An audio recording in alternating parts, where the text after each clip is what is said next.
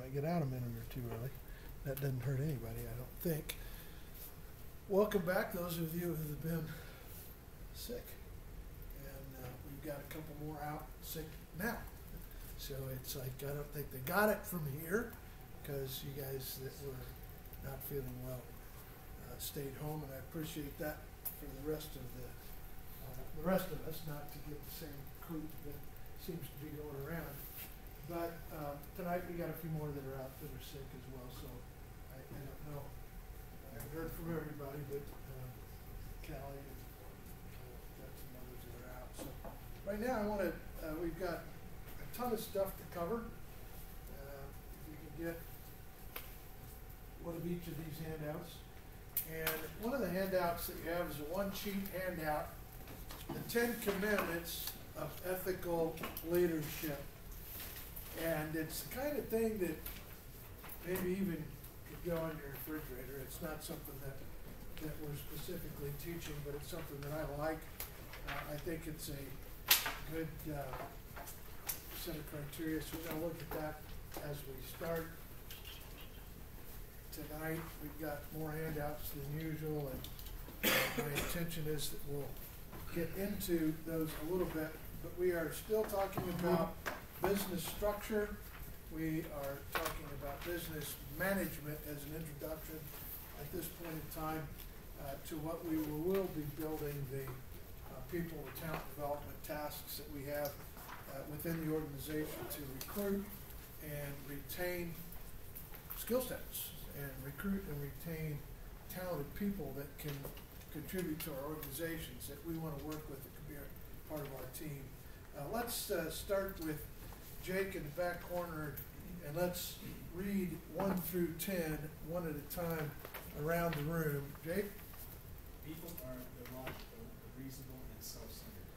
Love and trust them anyway. Not a bad way to live your life at home and at work. Eric? If you do good, people will accuse you of selfish, ulterior motives. Do good anyway. This is really true. It's the dark side of human beings, isn't it? If you're doing the good thing, they'll think that you've got a motive, something behind trying to get you to do that. Do good anyway. Number 3. If you are successful, you will win some false friends and true enemies. That also is true. The more successful you are, the more people want to be your friend. And they're false friends, right? But don't let that stop you from being successful and doing good. Number 4. The good you do today will be forgotten tomorrow. Do good anyway. It's true. Number 5. Honesty and frankness will make you vulnerable. Be honest and frank anyways. This one's hard to do. So far, those are all warm fuzzies and we can do that. Yeah, I get that. Yeah, do good anyway. That makes sense. Now all of a sudden this is where I got to be vulnerable. And being honest and frank is a scary place to go for some of us. And it's saying be honest and frank anyway. That's ethical thing to do. Number 6.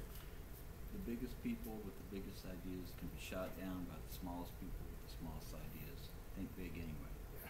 Yeah. Eventually you'll get your chance in court, hopefully, in a positive way. Number 7. People favor underdogs but follow top dogs. Fight for the underdog anyways. I kind of like the people that do that by default. They've got the back of the people that are getting trumped on some things, and that is good. Eli, number 8. What you spend years building may be destroyed overnight. Build anyway. Yeah, Joel? People really need help, but may attack you if you do help people anyway. They say that, you're punished sometimes for doing the right thing and doing a good thing, and no good deed goes unpunished. It's kind of a phrase that some people that sadists in the room talk about. Do good anyway. Do the right thing anyway. Number 10, give the world the best you got, and you might get kicked in the teeth. Give the world the best you have anyway. So I think that's just a kind of if you got a question about ethics, that's kind of a guideline, really, because most of the violations that we see as we talked about ethics were actually a violation of one of those things. We talked about the 6 departments and the supporting structure that every business needs, and that if you are in a business that doesn't have one of those functional departments, put up a flag and say, let's have a talk, let's have a management meeting, let's talk about things. I recently, in the last year, went to help a company, and it turned out this was a brilliant R&D company with PhDs, a bunch of them that were really deep into science, and they understood all this super technology, and it was an amazing thing listening to their pitch about what they were developing and what they were doing, and where it could have positive applications, and what the timelines were for them to develop something, and the regulatory criteria that they needed to go through in order to get it, and how they were positioned properly to do that. But they didn't have a sales team. They didn't have a marketing department. They were a bunch of scientists sitting in the back room discovering cool stuff and no way to get it to the world. There's a false belief that if you develop a better mousetrap, the world will beat a path to your doorway. That's false. You invent a better mousetrap, the world won't even know you have it. Until you put together a sales and marketing team that goes and lets the world know that you have it. And even then, better or not, they may not buy it. Because there may be something about it. If you want to see a better mousetrap, stop at Ace Hardware on your way down and you leave class. Well, it'll probably be closed by the time our class is over. But next time you have the chance to go to Ace Hardware down here, go turn left on the aisle that's got all the rat poison and all the bug spray and all that stuff in it, and look at their mousetrap section. And they got the regular mousetrap that we all have had. You know, some of you got cats and you don't need mousetraps, but the rest of us need to have mousetrap from time to time. And the mousetrap's a typical thing. You spring back that thing and whack, you know, if you put bait in it, it whacks the mouse. Some guys, they've got a video playing there of a better mousetrap. And it truly is a better mousetrap. It's a cool little device. It's about this tall, and it's got a pipe that comes down, and it's got a cup that goes on top of that pipe, and you put peanut butter in that cup. They've got some they sell too, but it's just peanut butter. You put a little peanut butter in that cup and put a lid on it, so all the fumes of peanut butter go down the tube, and mice catch the smell of the peanut butter, and they stand on their hind legs, put their head up in there, sniffing for the peanut butter, and a solenoid comes out and whacks them on the head, and they fall dead. And there's a counter, so you can, you know, it'll count how many mice you've got that have been killed with their little plug, because it resets. It's a power thing, and it's $200.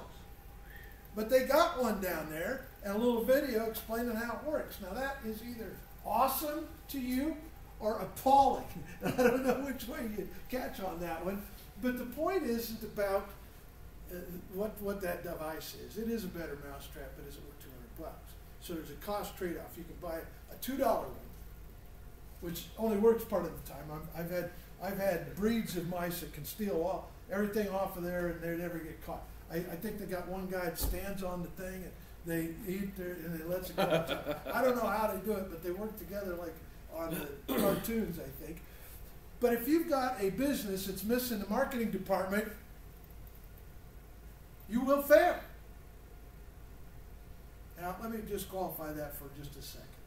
There are times that you can put together an R&D team that is answering a bid or doing a project that has a fixed amount of funding. I'm working on one right now. OSHA has a thing. They put bids out all the time for people to develop curriculum for OSHA.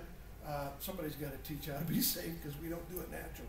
That's for sure. We take chances we shouldn't take. And it's an $11.5 million, actually $11.7 million pot of money. They won't award it all to one group. They'll award it to different entities across the U.S. And I've got a couple guys we're submitting on that to do. That's not a real business. That's not an ongoing business. That's a venture for one project. If it gets awarded, they'll have a business with some income coming in, but as soon as they deliver, it's over, right? It's not an ongoing business. We want ongoing businesses. And we don't want just an ongoing business, we want a growing business, right? We want something that's going to get better, that we can hand on to our kids. When you think what it has to grow to, let me put it in perspective maybe. Who was the guy that started Walmart? Y'all know his name. Sam Walton. When Sam Walton was alive, he was the richest man in the United States. That's cool. He was all the Forbes list, the Fortune list. He was the wealthiest man in the United States. He died. He had 5 children. The next year, those 5 children were each wealthier than the next person in line. You cut his wealth in fifths, and he's still richer than the next guy. That's what you want to do if you're going to business, right? That's what you want to do. You want to grow it so that you've got something to hand off to your kids, that when it's cut in half because you got 2 kids, or it's cut in third because you got 3 kids, or 5 because you're like Sam, you got 5 kids, you still got something to give them. You got to grow it to do that. Because if you just give the business away that's supporting you, you wind up with the farmer epidemic that we got in the United States. You can't start farming if you want to start farming. You can't afford to buy, no, not you, maybe you can, but most of us can't afford to go buy a farm and all the equipment and go into the farming business, because it takes 1,000, 1,200 acres of good farmland to make a living for one family. And so when Dad had the farm and Dad passes away and Dad's got 3 children, that means 1 can afford to farm and 2 have to go to town and do something else. Because unless the farm is growing, then there's not enough to give to your children. And if you've got a lifestyle business that you're thinking about and you want part of it to be a legacy that you hand on to your children, it's got to be a growable business. You can't just keep farming the same 40 acres, because that's not going to be enough as the farm sizes grow and multiply. You have to farm more to generate enough for 2 families or for 3 families, or how many kids you got. You know, that's a very, very real problem. You live in that environment. You have lived your life in that environment. Your father started a business, and the issue is, how do you make that a business that can be part of the legacy that you want to pass on? Think about the Kennedys as a family, if you want it for a minute. Whether you believed in what they did and how they earned their money or not, that's up to you. You know, moonshine is not a bad business. It's just not legal everywhere. And the Kennedys did nice on it, and so nice that was a long time ago, right? The father and grandfather of a president of the United States who was assassinated in the 1960s. So we're talking 100 years ago. The wealth that was generated by that Kennedy family. Their kids are all still rich. Their grandkids, their great-great-grandkids, their great-great-grandkids, Maria Shriver, whatever, you know, these kids that don't even have the Kennedy name anymore are wealthy. Why? Because of the family business that grew and was able to be subdivided and subdivided and subdivided into continuing wealth. That's really what we want in a business, whether you want to support your family or not. That's what your shareholders want. You know, they want a piece of that. They want your ingenuity and your drive and your skill sets and your ability to develop talent in a company that will grow, that can support my investment if I'm a shareholder in your company, or your children who you want to hand the business off to. So we'll talk about that throughout this module, but today I want to talk about the way we set up our organization. We talked about the departments we need, and the way we set it up is there's a few choices, and they're not razzle-dazzle choices, but I want to talk about them at least for enough to say that we mention them. We have the most common forms of business structures is a hierarchy of authority. The next ones in commonality would be a division of labor. The third would be a span of control, and the 4th would be line and staff positions. Now, help me. What do those look like on an organizational chart? Hierarchy. Start with that one, because That one's maybe the easiest to explain. What's a hierarchical, I don't probably didn't say that right yet. One But- big boss or What's that? a big boss and Yeah, you've got a big boss, and you've got, in a hierarchy, you got the big cheese, and then the second cheese, and the third cheese, and the fourth cheese, on down to the front line, like that. And that's a fairly common way of setting up an organization, especially when you are small as a mom and pop business, because you don't have departments. You don't have departments at all. You have the guy that owns it, and then the first person hired, and then the second person hired, and the third person hired. It kind of fits the pecking order in order you got hired at first when there's 4 employees. You know, you're proud to be the the first employee that the boss hired. You're first in line, and that's how it kind of feels in a hierarchical organization. As we grow, we then develop one of the other two options, a division of labor usually by skills or talent. We'll have the craftsman, we'll have the engineering, we'll have the administrative. So we'll have groups of labor based on what they know how to do. Have you heard the term, perhaps you guys can't answer, welders and fitters?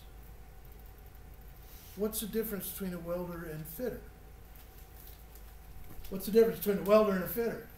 Fitter will take the printout of what he's supposed to be making, and then he will put it all together, but just tacking in all, like, say you have a beam with a bunch of stiffeners, you're just gonna tack in those stiffeners, and then he will put it off to the side, QC will come check it, and then a welder will actually go through it, look at everything he's written on it to say, hey, these are the welds you need, and he will actually weld the piece. Okay. It's just a matter of putting it all together, looking at the print, making sure everything's right, and then the guy who welds it all up. So notice how long it took him to figure out the answer to that one. It just spits it right out. He knows what a weld, because you live with welders and fitters. That's part of your industry. And the rest of us are going, same thing, probably. I don't know. And is there a difference in pay? Usually, yes. And is there difference in prestige? Usually, yes. And this steel, architectural steel erection industry isn't the only industry that has those divisions. We have shipbuilders. We have lots of other types of industries that would have those two titles, but a division of labor. And in the organizational chart, they may be in different unions. And we don't deal with unions that often here. When we do, it's interesting. Luke could give us an update if Luke was here yet. Maybe we'll ask him if I remember when he walks in. He's been in a company that's been having a union fight right now here in St. George. We don't think of union fights in St. George that often, but Dairy Farmers of America, the company that is one of America's largest dairies, where all the milk comes from. Milk comes in the United States from two places, DFA and Walmart. That's it. Those are the two primary. Dean Foods was the third one, and Dairy Farmers of America bought them. So we get milk in one of two places, basically. Unless you got a cow at home, you're buying somebody else's milk at Walmart's or DFA's. And DFA is a union facility around the United States. When they bought the plant here, it became a union plant.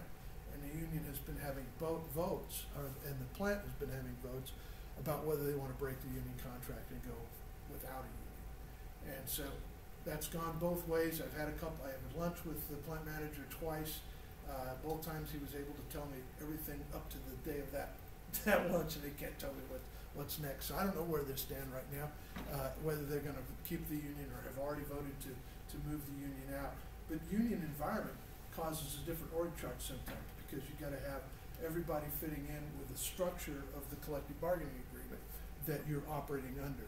And lots of companies outside of St. George, Utah, are union that you wouldn't think. Like, for example, grocery stores across the United States, retail clerks union, the cashiers that run the cash registers are part of a union.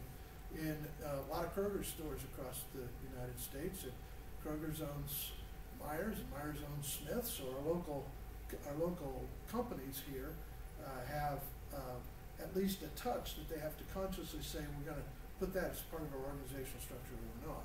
And so in Smith's case, they're not union in our markets.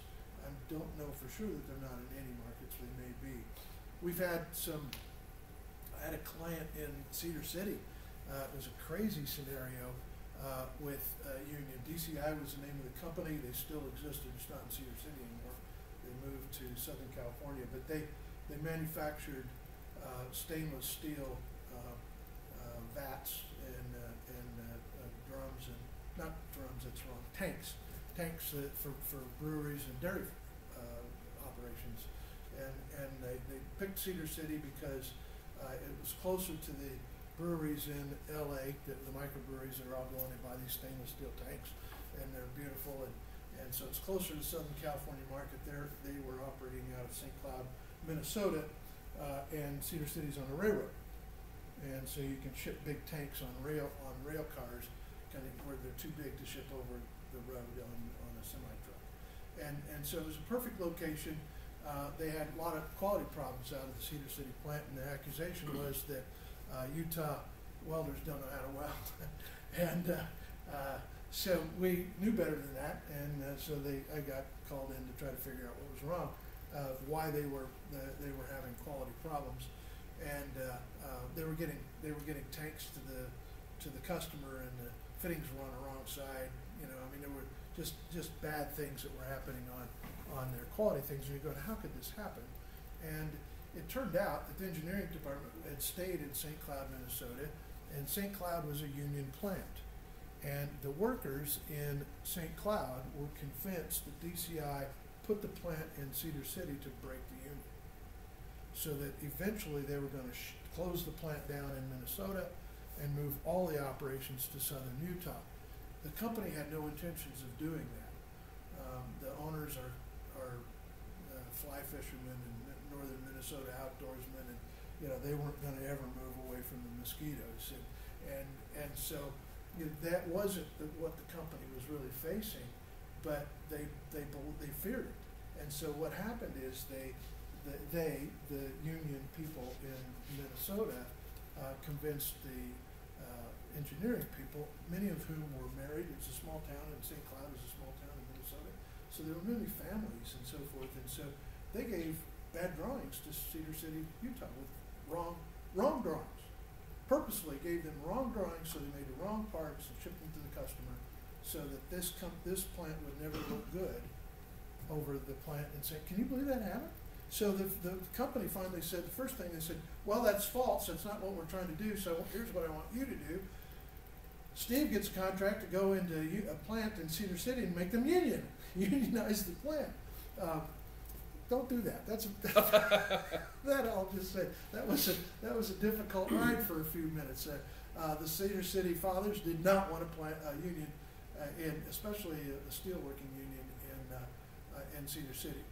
They did it anyway. They pulled it off. They got it done, and it wasn't long after that they finally decided we're swimming uphill too hard politically against the fathers of a Utah town, and they ultimately decided to move the plant into California, where they faced a whole different group of problems.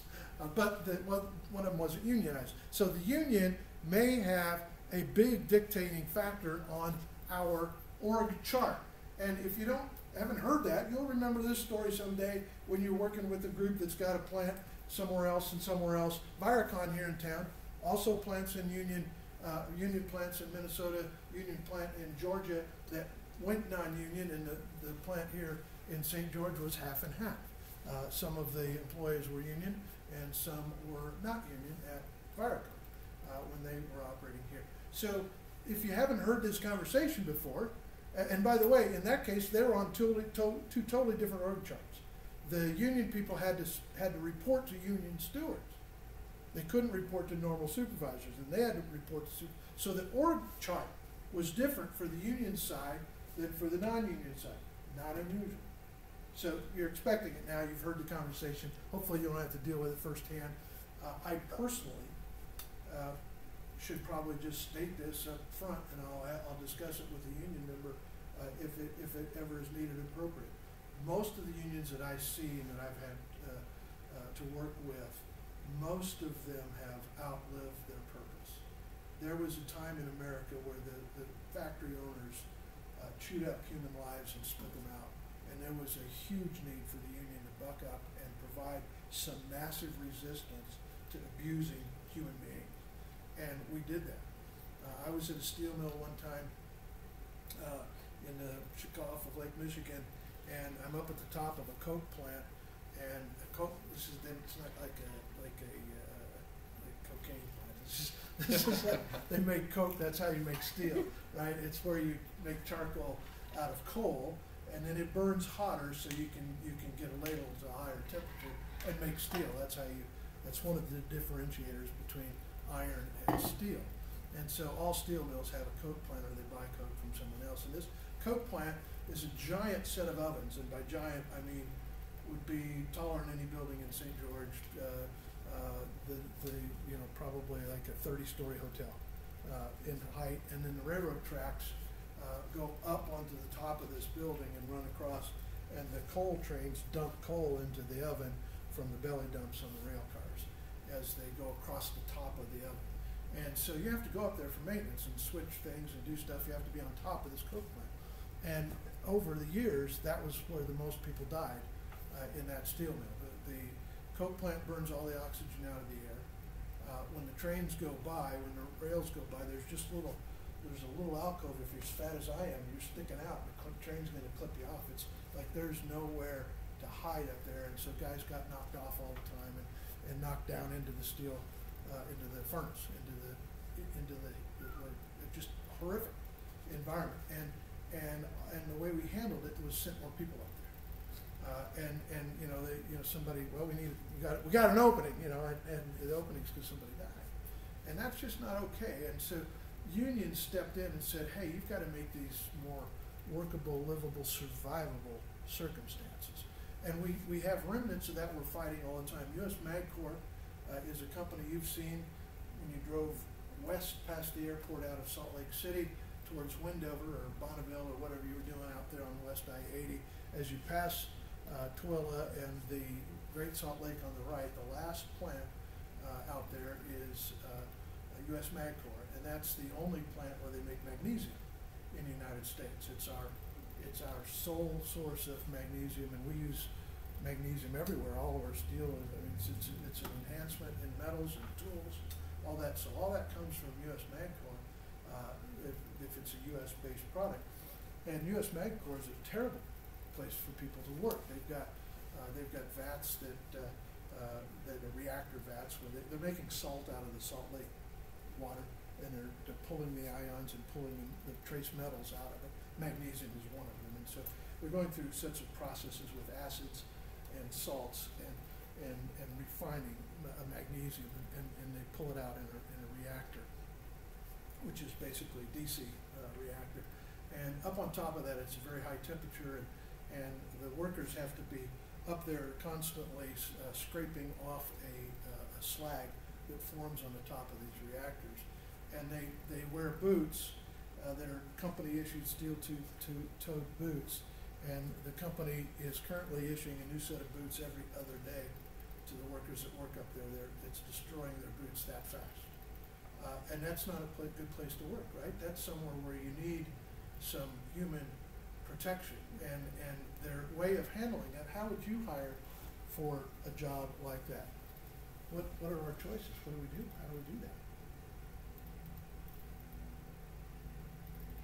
High pay. That's all we got. Yeah. The only thing that comes to mind is stupid high pay. But is that a good long-term solution? The answer is it doesn't take a huge amount of technology to replace those people up at the top of that reactor, with robots that don't have to breathe, and that may be costly to replace because there's a terrible environment of gases and stuff up there to breathe, and it's caustic, and it's terrible. I talked some safety stories up there from my personal travels up there. I got caught up there without a way out one time, and that's a side story. But I was with a guy. The alarms go off. There's not a breathable atmosphere, and he drops. And I don't know the way out. It's not my plan. And so I've got a guy that's lost consciousness. The sirens are going. We're 13 floors up, and I don't know how to get out. And so, you know, leave better breadcrumbs when you're going into those kind of places. This isn't a safety class. This is a business structure class. Business structure is that we may be an environment that has very, very dangerous spots like that. So they show up differently in the organization's chart because we got to go down and tell accounting why this person is making $200,000 a year. Because they're doing something nobody else wants to do and nobody else should do. And the only way you can convince someone to do it is to pay them a stupid amount, but they aren't going to be at the bottom of the org chart, right? Because you can't make that much money and be at the bottom of the org chart without all kinds of shareholders and other people going, what are you guys doing and what's going on? So the hierarchy and the area of influence org chart may be tied to dollars, may be tied to a union. The next one we talked about is a span of control. Now, a span of control is similar, but it may be that we have control defined by skill sets or technology sets. But I mentioned a couple of companies in Hurricane last class, and and it's common in a company where we have family members that are working full time in the company and deserve and earn management roles in the company. And you don't know, I mean, how many presidents can you have? You know, you got 3 kids that are all good. You know, how do you do that? So often a company will set up a span of control organizational chart where they go, okay, this kid gets the asphalt plant, and this kid gets the batch plant for concrete, and this kid gets the building materials. And I just made that up, by the way. That's not true of the companies I was mentioning.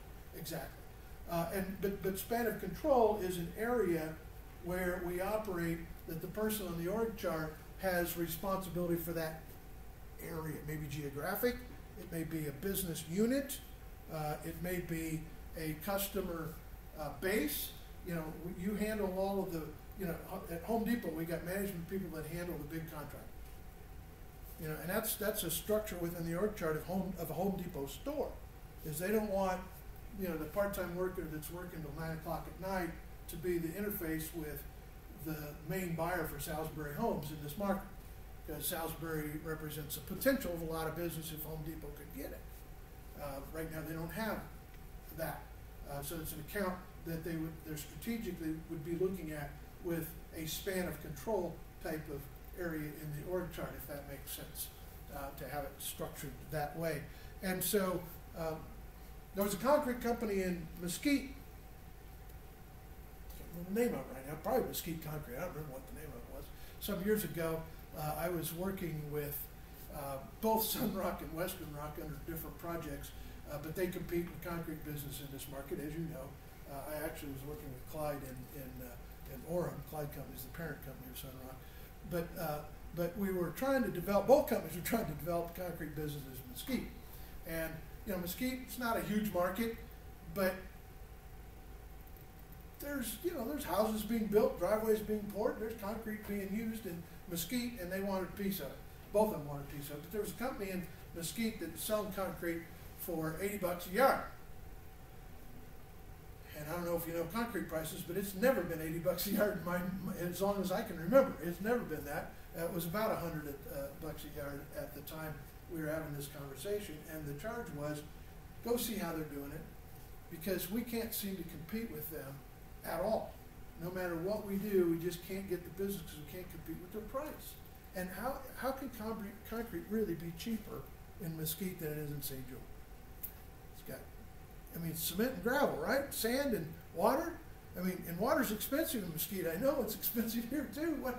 How can concrete be so much cheaper in Mesquite? So I go down and poke around, and my poking around took me to a company in LA, which owned this company in Mesquite. And it was a dad with 2 sons. And in the father's words, I talked to him. One of his sons was an idiot. But he couldn't, and if he stayed in the family business, he kept messing it up. And he absolutely had no idea what to do. So He bought a concrete company in Mesquite, put his son in charge of it, moved him to Mesquite, and said, this is yours. He didn't care if they lost money. He said, you're going to sell concrete for $80 a yard, because he wanted him to stay in business, because he wanted his son to have a company to work for, and he wanted him to stay out of their hair in LA. That's a true story. And you go, how do you compete against that one? But that's a span of control organizational chart, right? Was the son too dumb to figure out that he was dumb enough that his dad did that? Not to notice? The kid had an awesome lifestyle. Oh, good. And if you're looking for an awesome lifestyle, he had it made. Daddy's paying for everything. He's got a title on his business card. He has a fast sports car. He lives on a golf course in a nice retirement area of the United States, and he was happy. Life was good for him. You know, he had a casino he could gamble at. I mean, it was perfect for. And if he figured it out, it had to. He didn't care. He had to, but he didn't care. And because if you look at, and I'm not recommending that. I'm just saying that was. I don't think I would either. Yeah. You know, sweet. Yeah. He's lucky he wasn't my son. That's what I think I have to say. But that is a span of control, org chart.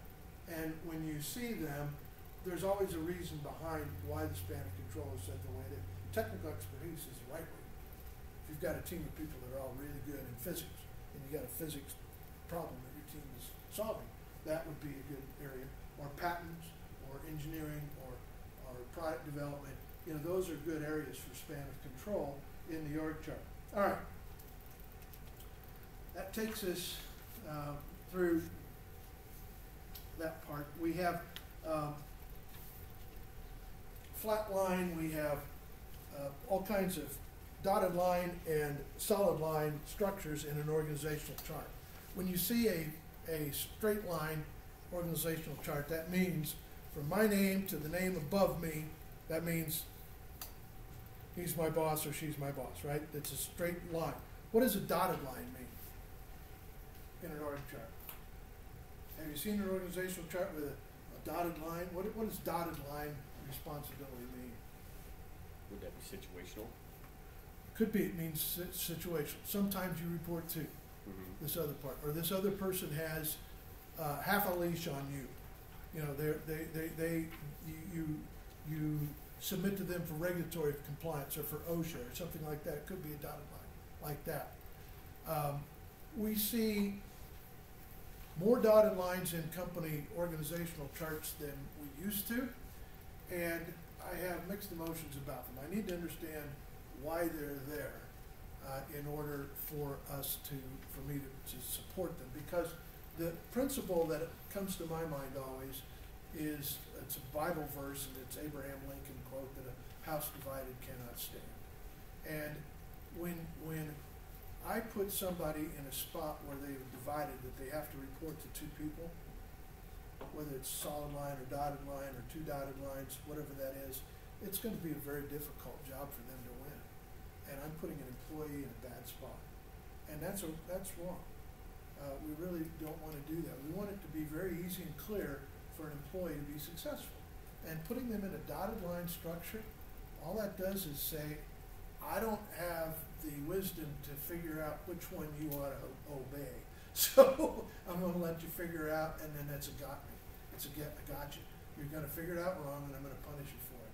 And that's broken all the way around. That's broken all the way around. Now, if we have a reason why we need structural separation on an organizational chart, that's a different story, and I wouldn't fix it with a dotted line. I'll give you an example of one that I commonly use a lot, and you might run into this circumstance where it would be beneficial to you as well. At some point in time, as a company grows, you get another office, or you get another plant, or you buy an operation in another state, and your company gets bigger, and you now have management in more than one location.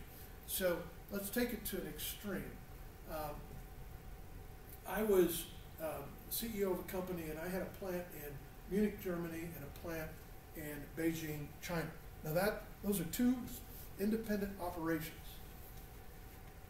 that we own, and they're doing stuff solely for us. They're our company. They have our corporate name, but I can't be in all three of those places. I can be in the U.S. or I can be in France, or in French operation too, but in Germany where production was, or in China. So I'm going to put a production manager, a plant manager, a country manager, a title, vice president of, in each of those locations, right? Now, what is going to happen with information? Understand when I do that. That's the temptation to do that. Understand when I do that, I am creating a funnel. I have corporate office up here that is us, and I have this king person that I've got as the vice president of whatever here, and I've got their organization in China down here. What's wrong with that model? All information's going through what? The same person. Same person. So all the information that's going to the plant about what's happening and the corporate is saying is being filtered by this person. And all information, reports, and data that's coming to corporate is being filtered by that same person. Right now the reports are being generated by finance or by, all kinds of different production, scrap, quality, safety, all of these departments are generating reports, but they're being filtered through this vice president. That's a problem, because what if the vice president goes south? What if they become dishonest? What if they become unreliable? What if I just hired wrong and I got the wrong person and they're stealing from us? What, there's all kinds of things. They are 5,000 miles away from their boss and 17 time zones away from their boss. What a great life. Boss doesn't know if they're in the office or not. Boss doesn't know how they are leading. There is a big gap of information here about what is going on there. So a way to not fix it necessarily, but a way that I typically will set it up is I set up two.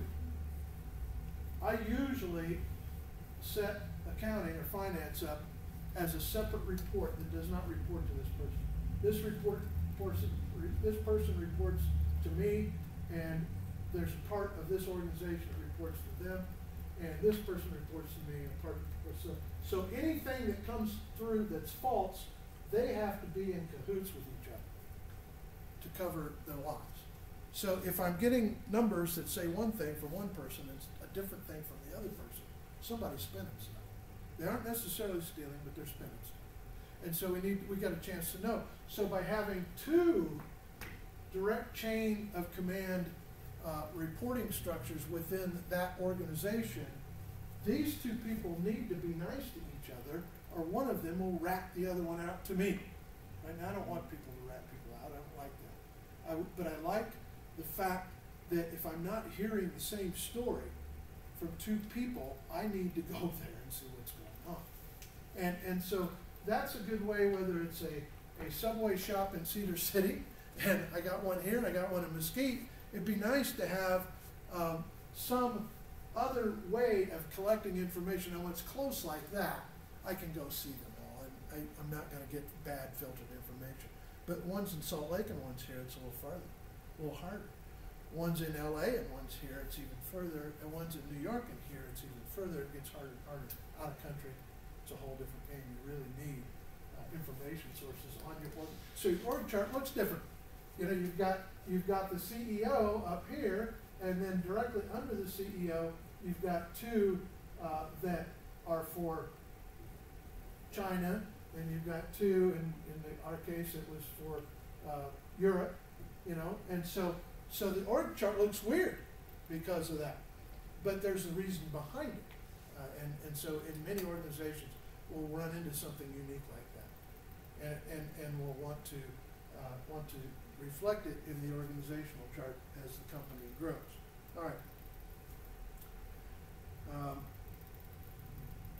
One of the things that we talk about here is the company's vision and mission statements. I want to talk about those a little bit. And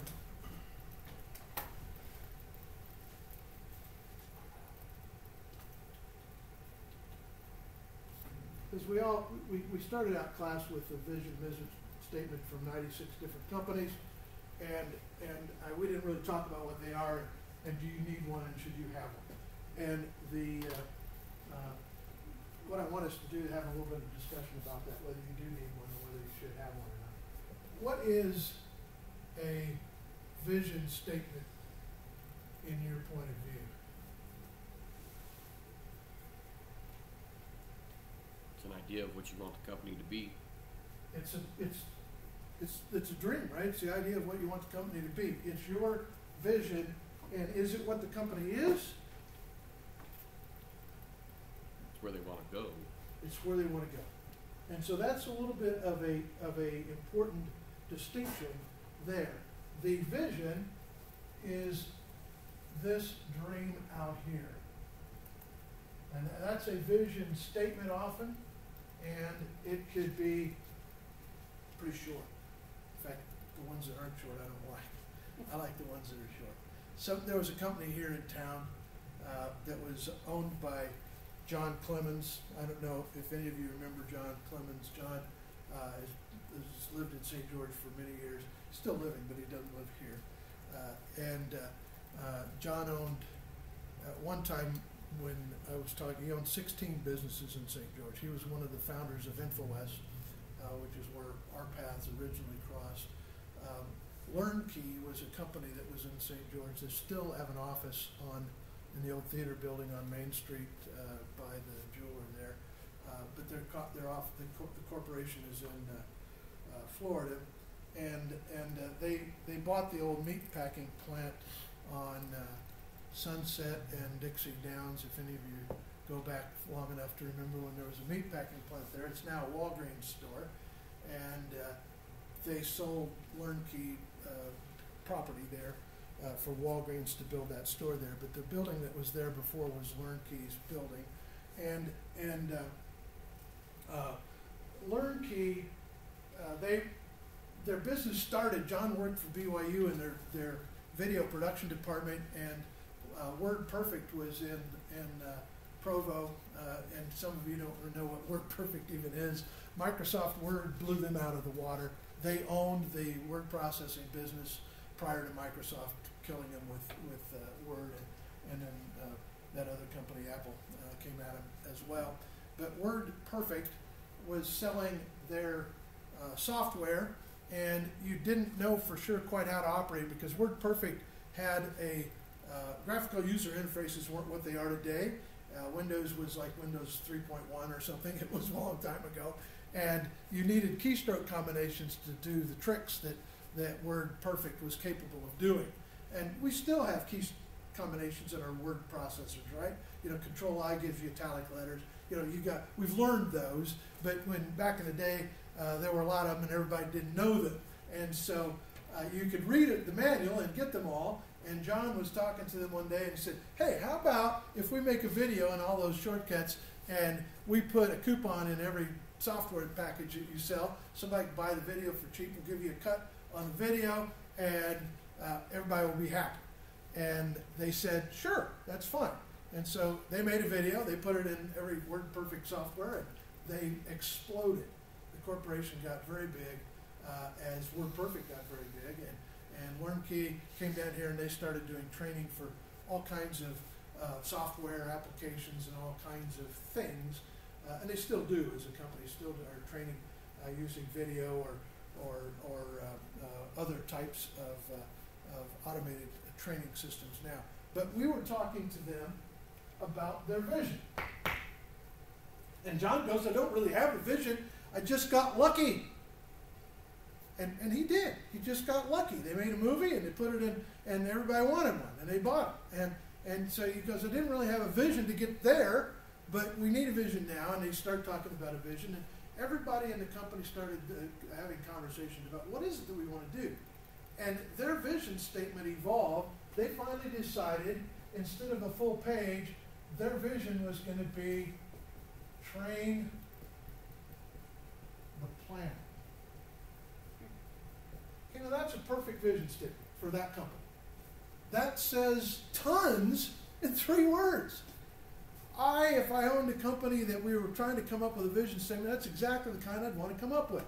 You know, what does the college come up with? It's a half a page. What does Zion Bank come up with? Some gibberish that I don't believe, and I want to believe it, but I can't because they don't do it for me, you know. And a vision should be this dream. Like, will they ever get the planet trained? Probably not. Microsoft's vision for 10 years, and they've dropped it with the last CEO change that they had. But you know, I've watched their, I'm a little stock in Microsoft, and I watched their communications to shareholders, and their vision statement for 10 years was a computer in every house and on every desk. Period. That was their vision statement. Now think about that for a minute, because I had nothing to do with that one. I just read it on their annual report. And I looked at it and I go, wow, that's awesome, because you know what? They don't make computers. Their vision is a computer on every desk and in every office. But they don't make computers. What do they make? Lots and lots of software. They make the stuff that goes in the computer. So if I get a computer, there's a chance that I might go Linux and not involve Microsoft, but not probably. I'm probably going to buy some Microsoft software on there, right? So that mission statement to them, and you go in St. George, pretty much, don't we have a computer in every house and on every desk? Pretty much, we're there. My brother lives in the country. They only have electricity 3 or 4 hours a day, maybe. That's Haiti. It's not a country that far away, by the way. It's 90 miles from Miami. It's not that far. But it's a world away, and we have a lot of the rest of the world just like that, right? So the world is a long way from that still. We don't have a computer on every desk and in every home. So that's still a viable mission statement or vision statement for Microsoft if they wanted to do it. But that's what we want to come up with for our company, is a vision that the owners of the company can buy into and explain to me so I can get on board to it. What is it? And then the mission statement is the stuff that we got to do to get there. That's what the mission statement is. The stuff that we got to do to get there. And so that'll be a little bit longer list of things that we plan on doing. And what's important for this is that the goals of the company and the goals of my team, my department, my shift, my little part of the world in the company, my goals, the things that I need to achieve, should line up to that mission statement, right? And that mission statement should line up to the vision statement, and we call that whole thing alignment. That means understanding what your team is doing this afternoon, this next shift, before break, and understanding how it's being a part of that vision statement. And if we can pull that off in the company, that's leadership. And if we can develop a talent in the organization that understands how to achieve these goals in line with the mission and vision they have, then the company is on track to become something purposeful that they want to become. So we talked about that. Vision statement is what you want to become. Mission is what do we need to do in our business and how to do that. It's kind of the map, if you want to say, our purpose and how we're going to get there. I want to just kind of get to a spot where we're reading a few. There's some terms here on how to develop a mission statement, and if you are interested in that, I have the handout of these 15 slides on a stack there that you're welcome to dig through at break, and I'll give you one. But I don't think everybody is at the spot where you're developing a mission statement or a vision statement. But I've got several that I have mixed emotions about, but they are real, and I want us to take a look at them. Eli, read that first one from Pepsi. We aspire to make PepsiCo the world's premier consumer products company focused on convenient foods and beverages. We seek to produce healthy financial rewards for investors as we provide opportunities for growth and enrichment to our employees, our business partners, and the communities in which we operate. And in everything we do, we strive to act with honesty, openness, fairness, and integrity. What do you think? It's not a trick question. It's just it's not a right or wrong answer. You say, okay, I like parts of it. It's too wordy. Disregard the numbers in parentheses because I was referring to some other things when I put that slide together that we're not going to talk about in this class. But is it crystal clear what you need to do if you work for Pepsi? Do you want something like that? It seems like a lot to try to funnel To me, into a it statement. feels like a lot too. And when you look at why they wrote it, ultimately, by the way, they lost the company. I mean, Pepsi was sold to another group, and part of it is for their investors, which the writing part of it not for their customers, and not for the people that are drinking Pepsi. I think that the mission in my mind needs to be something like, we're here to blow Coke out of the water. And figure out how to do that. I mean, I think that if I had everybody can understand that, everybody can't understand that. That is a real mission statement. It's not a bad one. There are way worse. But let me give you another example of another favorite company. Larry, read that one for us. Dell's mission is to be the most successful computer company in the world, at delivering the best customer experience in markets we serve. In doing so, Dell will meet customer expectations of the highest quality, leading technology, competitive pricing, individual and company accountability, best-in-class service and support, flexible customization capabilities, superior corporate citizenship, financial stability. So if I ask for a show of hands, who's heard of Dell? We've all heard of Dell. You've all heard Michael Dell spout off about a few things here or there. If I were to ask how many of us have a computer at home, we all would raise our hands. If I ask how many of us have a Dell computer at home, a couple of us? I have one. I don't know where it is right now, but I do have one. I know I didn't throw it away. But the first part of their mission, to be the most successful computer company in the world. How they doing? I don't think their numbers coincide with their mission. I don't have a problem with making that statement. In fact, I love that statement. We want to be the best in the world. I love that, but you better bring it, and your numbers better reflect it. And if, how do you measure the most successful company in the world? Well, we were the fastest to shut down when COVID happened. I don't know how you measure that. And I'm not saying it's a bad statement. I'm saying it doesn't resonate as true with me. Now, they may have a spin on it to their employees where they can make it resonate as true. But I've got questions about that one. Let's look at another one. Denver. Procter & Gamble will provide branded products and services of superior quality and value that improve the lives of the world's consumers. As a result, consumers will reward us with industry leadership in sales, profit, and value creation, allowing our people, our shareholders, and the communities in which we live and work to prosper. Yeah. What do y'all think about that one?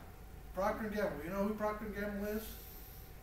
That's Charmin toilet paper. They're the guys that ran us out of toilet paper. Well, they didn't. But, they do control the largest brand of many things that we use. Tide, Crest, lots and lots of brands that are Procter & Gamble brands. A giant company with great success. We studied them in another class. Some of you were in the room when we talked about them in another class. But what do you think about this mission statement?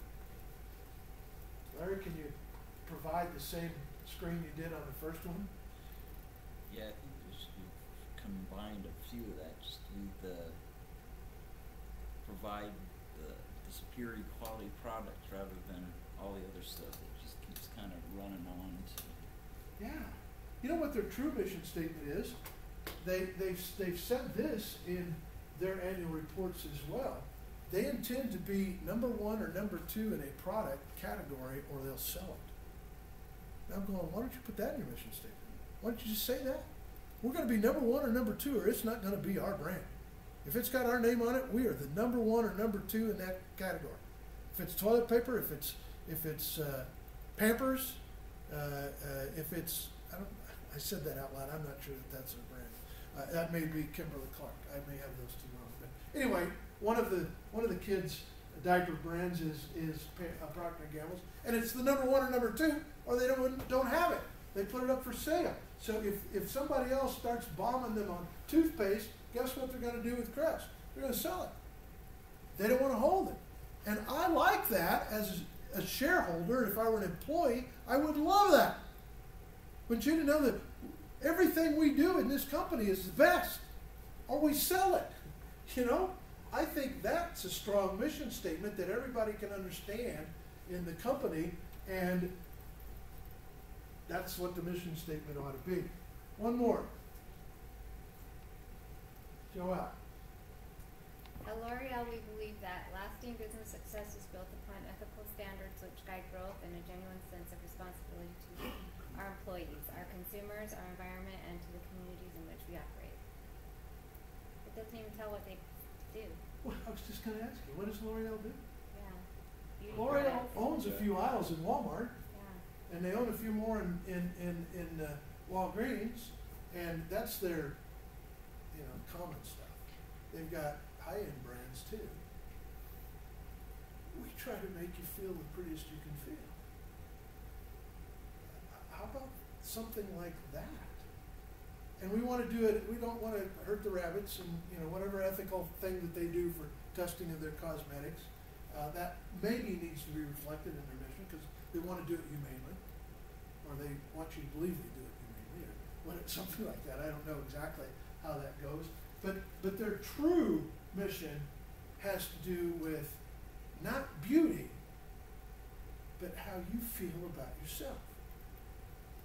Because we all know beautiful people are beautiful with or without makeup. And we all know that lipstick on a pig doesn't work. It's not about, I hope that's not taken wrong. I really didn't mean that wrong. But if it was, one of those words has escaped your mouth before you think about it altogether. I didn't mean that the way that's said. But at L'Oreal, what their mission is to make us feel good about ourselves with their products. Feel good about the way you smell, about the way you look, about the way you feel. And that's what they're really about. And why they don't say that, I don't know. Because I could get behind that as a team player much faster than I can this. Which I don't know how I want to even align with that. So in our company, if you're a company of one, can you have a mission statement and a vision statement? Absolutely. You absolutely can. And in fact, some of the gurus of management recommend that you have a personal mission statement. Franklin Covey, leadership talks about that, you as a person, that you ought to have a mission statement. And I see the benefit of that. I don't have one. If anybody wants to know, I've not done that. And I have a reason why I haven't done it that I would explain privately to anybody that wanted to know. We've got a video that I want us to watch. I think we're going to talk for 10 minutes before we watch the video. Another piece we're going to talk about is we're going to introduce the concept of money.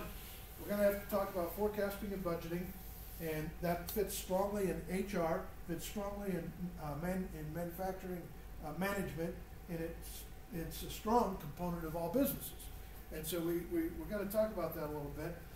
And I'm going to introduce the concept of business finance today. We're going to watch a video that talks a little bit about it. And this is the kind of conversation that unless you are Joelle and love this stuff, the rest of us get cross-eyed. And so I don't want us to get cross-eyed on talking about money.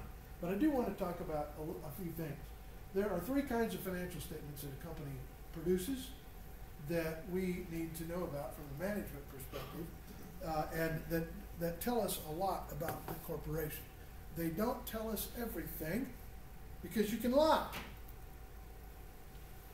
And I had a kid brother that always lied about how much money was in his wallet. And it was always overstated or understated, but it was never the truth. and he learned that I learned that about him. So eventually started to tell him the truth, which didn't matter because we were just two kids.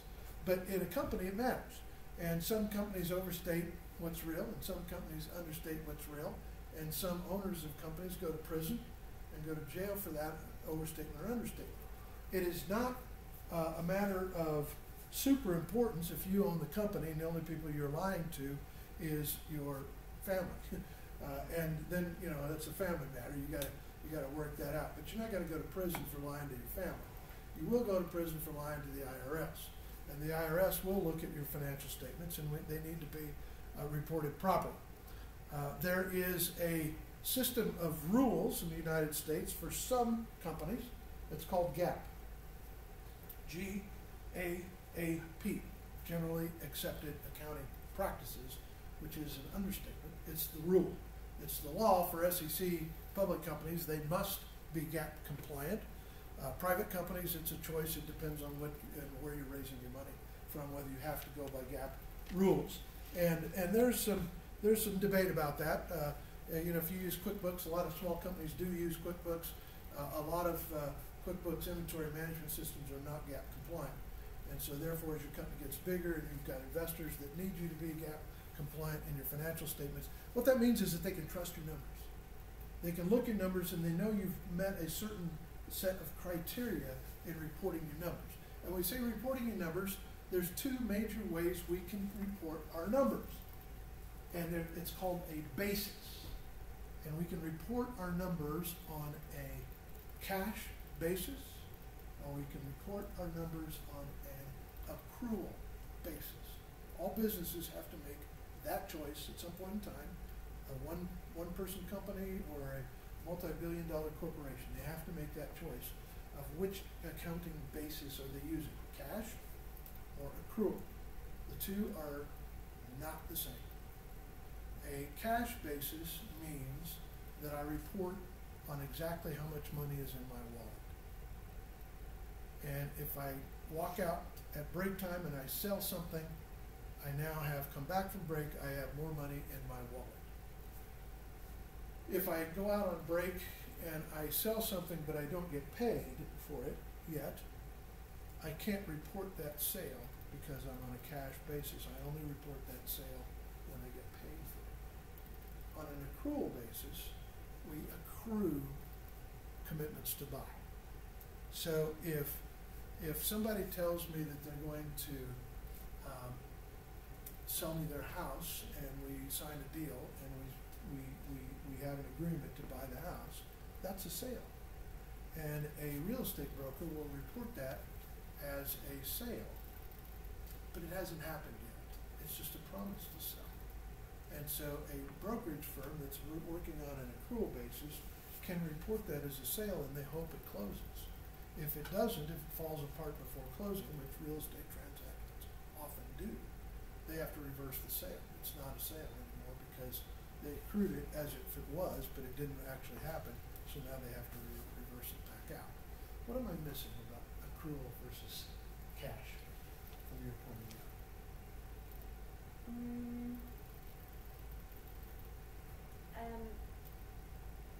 There's just a time factor that there's in the accrual one that there's not in the cash. Cash is like immediate now. Accrual can be like a year out for collecting or a year out for billing.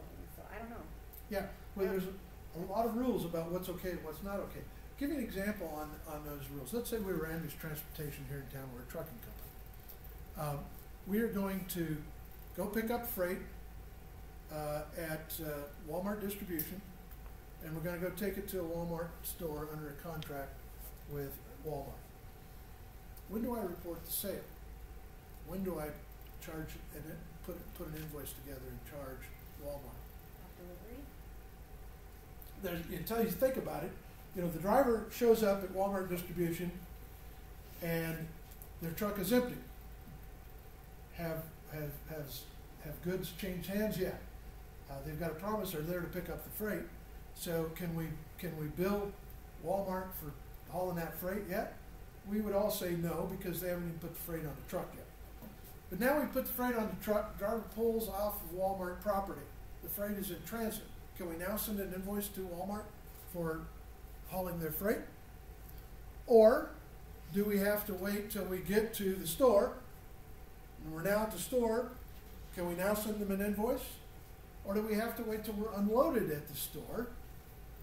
Can we now send, when can we send an invoice for that freight? And by the way, it's not a trick question, that's an accounting question. And those are the kinds of questions you answer every day. I don't really do a lot of that side of it, but I hear it all the time because it's right across the hall from me. But I believe everything, because we also have a trucking company. Okay. I just believe that everything we do is not billable until delivery.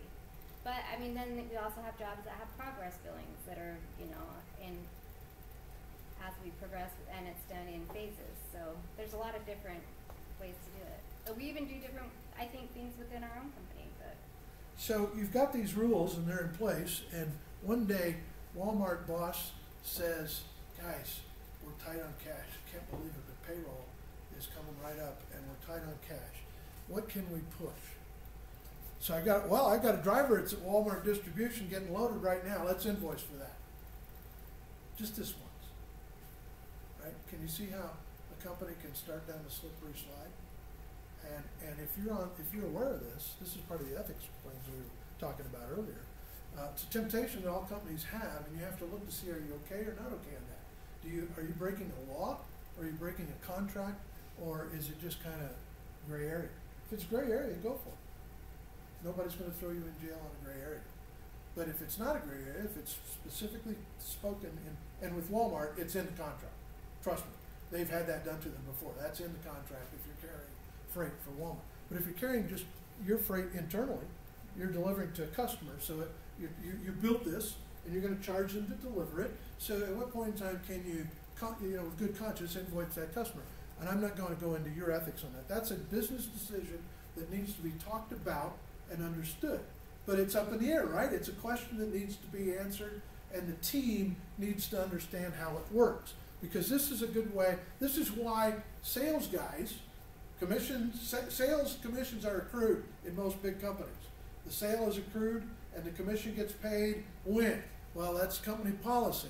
So the guy at the last of the month is on the phone hounding you to buy something. Why? Because they're trying to push their numbers up for the last of the month.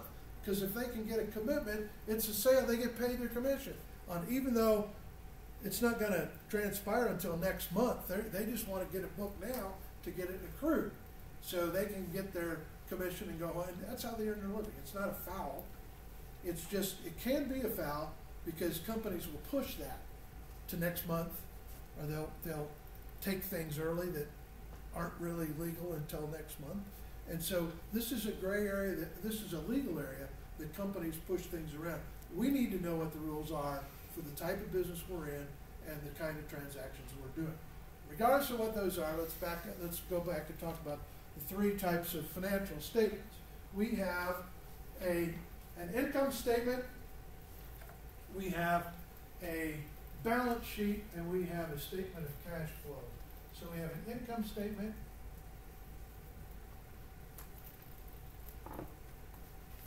and we're not going to become accountants on this conversation. We're just going to expose ourselves to a couple of terms. And an income statement is a sheet of paper that says income statement on the top of it. A balance sheet is also a piece of paper, and it says that on the top of it, and it usually has two sides to it. And it has usually 4 sections, like that. And then a statement of cash flow is usually not talked about until we have a good understanding of these two statements. But let's just talk for a minute before we go on break about these two statements, and we can talk more. I can see I need a new marker, don't I? That is really, really lame. I can't read it from here. I apologize. I'll sneak around and see if I can borrow some other markers while we're on break. But for right now, the income statement, guess what this is? shows your income. It's a picture of your income. What's income? Sales. It's sales, it's money coming in. So it starts with the big number at the top. That's called your top line. That's where the term top line comes. It comes from this statement. The top line and we start putting our costs of goods sold in a list, and we start subtracting from this top line, which was the gross amount of money we took in, and we start subtracting out where money went, what we had to pay out, and then we have somewhere at the bottom, we have numbers that are our earnings numbers, and that's our profit. And sometimes an income statement is called a P&L, or these two statements together are called a P&L, a profit and loss statement. Somewhere down here at the bottom, we'll have earnings or profit, and that will be, there will be a few lines. There will be a line here and a line here, and there's some things that keep getting subtracted out. The very smallest number will be on the bottom of this piece of paper. And we'll be subtracting out EBITDA is one term that's used, and this is earnings before taxes, depreciation, amortization. These are all games that the accountants play with our numbers. If we buy a factory building, how good is that factory building? How long is it effective for? We can depreciate the value of that piece of real estate in most businesses for 7 years, some for 17. Depends on what it's employed as doing, if people are living in it or not. We get charged taxes, the taxes have to come out, all of those things, and we get a bottom line of what's left. And if you have bottom line responsibility as a boss, that's the number you are driving. If you have top line responsibility, it's the gross that you are driving. In other words, your sales and marketing, probably your job is to get in lots of money. If you're in production, you're managing these numbers down here to make them small so that we can have the most amount of money at the end of the year. This income statement is looking through the windshield or looking through the rear view mirror. What do you think? This is what has happened. This is what's behind us. This has nothing to do with where we're headed. This is just where we've been. And the period of time for where we've been is whatever you make that statement for. Typically, that will be a quarterly statement, so I have 3 months of information on it, and then it'll be combined into an annual income statement. I would look at them every week. So it will be a weekly income statement for me so that I can see what we're doing and how fast it's moving. But we'll get into that a little bit later. Right now, I want us to have an understanding of that piece of it, because we're going to look at it in the video. It's a good video. It's an enjoyable video. So it'll help us understand what this is about. The balance sheet is not out of the rearview mirror or out of the windshield. It's more sort of out of it's this instant in time. It's a snapshot right now of what the company is doing, what it has in terms of assets and liabilities, and that's predominantly what it's giving us. How much money does the company have? How many things does the company own? And what does the company owe to who? And those things need to balance, and they make them balance by owner's equity. But just like equity in your house at home, that's a number, and the number changes based on the price of real estate and sales in your neighborhood. And that snapshot today may not be the snapshot that it was a month ago, and you didn't do anything in your house. You still live in the house, but Zillow's got a different number on it. And that's an equity number based on, what you don't owe the bank is your equity in that house, and that number is also reported. What is the equity that the company has? That shows up on the balance sheet. So if the company's in trouble, not very liquid, it'll show up on the balance sheet. We'll be able to see on a snapshot. But this is also where you can lie about stuff. If I know, for example, that I've got to pay a quarterly tax payment, I've got to pay a huge vendor payment, I've got to pay insurances because it's towards the end of the quarter, and I've got a bunch of stuff I have to pay today. And I get a big check from a customer this morning when we go to the mailbox. I got a big check, but I know I got to pay a bunch of stuff out. Can I write a balance sheet at the moment in time before I pay anything out, but after I deposit that huge check? The answer to that is yes, you can. run down to the bank, put that check in the bank, pull a financial statement right then, because that's good. That's the best it's going to look, because it looks like you've got money that you don't have. But don't think businesses don't do that. Manipulating balance sheet statement. And the primary place that we do this is most of the time when we borrow money from a bank or the second tier of lending rather than just private equity. Most of the time when we borrow money, our bank is going to give us something they call covenants, banking covenants. And those are covenants that you have to live by while you're using their money, even though you're using other money too. But their money that they loaned you, they're going to require that you meet certain covenants. And one of those covenants often has to do with how much inventory you're holding and why the banks always write those loans in such a way that if you go under, they can snap in and sell your assets and hopefully be clean on the loan that they gave you. It's collateral against their loan. So your inventory is the most saleable thing that they have next to your real estate usually. And so they'll have a covenant in there that requires a ratio of how much your value of your inventory is, which is a non-lien number. Lien says we want no inventory, right? We want to move inventory to zero. The banking covenant says you've got to have a bunch of inventory because that's the collateral we're going to get if you try to hose us, you know. And so that's a conflicting thing from lien concepts to accounting concepts for a bank. But that's something that comes off the balance sheet. What we're going to do when we come back from break is going to watch a video clip that was put together by John Cleese. Some of you remember him from Monty Python. And if you like Monty Python, it's the same British humor we'll see in this balance sheet statement video that will explain things in a little bit better condition for us. Again, this is not a finance class. We're not teaching corporate finance. But we have to have some understanding of money and where money goes from and where money comes from in order to participate in a business. That's something that we all have to do. So we're going to get that when we come back from break. Take a break right now. I'm going to go on a hunt for magic markers, and we'll see you back in 10 minutes.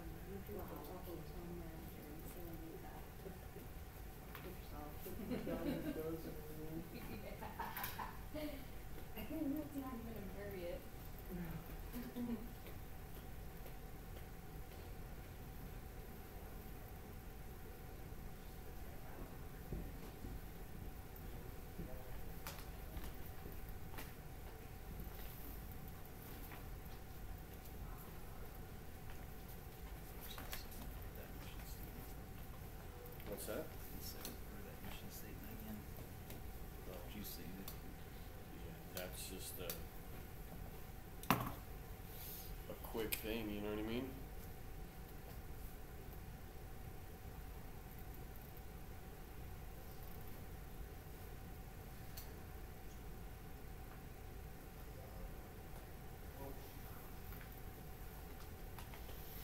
We could even change it and just I think it's more along the lines of quality furniture. sure.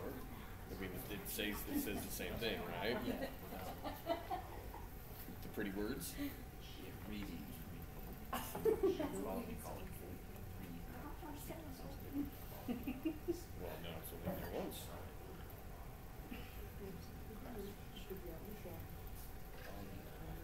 But that's like saying the same thing 3 times. Different words, you know what I mean? Sure. But that talks about high quality stuff, because you're not gonna, if it's not high quality, you're not gonna pass it down. It's not gonna make it to the heirloom status, you know what I mean? Like doing it how Wow. purpose. It's basically what Because with the right care, the product that we offer will last a lifetime. Yeah, you gotta put that away. He won't care.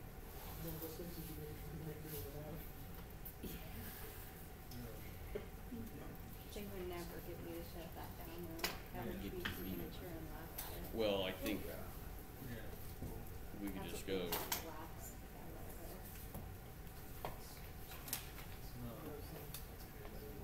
but, you know what I mean, we'd have to,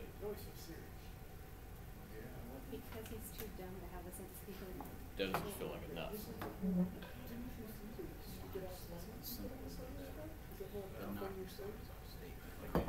There's nothing there that knocks my socks off. Well, I mean, we can create furniture that will allow families to make memories, to create memories. Well, Like, are you serious? No, I have not seen it. What's his truck like? Big ass white truck. I'll have to look for it now, see how dumb it looks.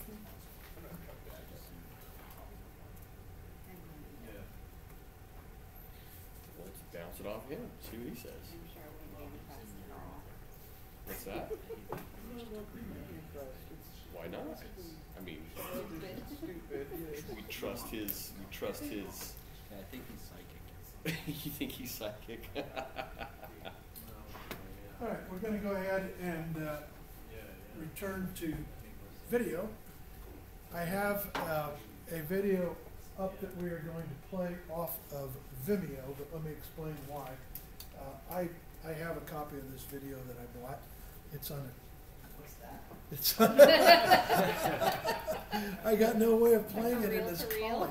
The college is not on a DVD player. But I have it on disc as well, and somehow the codec on this disc, on this computer, doesn't match the codec on the disc, and it plays it very poorly. So I am going to play it on a copy that says for training purposes only. So you'll screen that out fairly quickly, I hope, and we'll still watch. I think it's worth watching because it gives us kind of an answer to these financial terms that I've been putting on the table, and it talks about it in terms of a merry-go-round. I think that's very important for us to understand that business really is a cash merry-go-round, and that we can't make more until it comes back around again. And based on what we have in the merry-go-round, based on terms of cash and raw materials and available skill sets and so forth, we have constraints on our business. And Wilding is facing those constraints right now heavily as you're trying to reinvent what you're doing for a next level that you've never been at before. The company's never achieved that level before, and you have an opportunity to do this and to grow it. And so how fast the merry-go-round spins has everything to do with how fast we can grow. And you don't understand the merry-go-round spinning until you watch this video. So it's good for all of us especially non-finance people, to have an understanding of this in these terms. We'll talk about it briefly, and then I have a little 5-minute clips of several of the opinion leaders in management, business strategy, business management structure. These are names that when you go to, there used to be a bookstore called Barnes & Noble in this country. We kind of have one. It's a Starbucks now, but we've got one, and the books that are in those the management books are written by 5 of these guys that we're gonna introduce and see for the first time. These people are all living and currently contributing and authors in the business strategy world. But first, I want us to finish up a little bit on finance here, and then we'll move to strategy. We'll be done for today. So I will hopefully get this.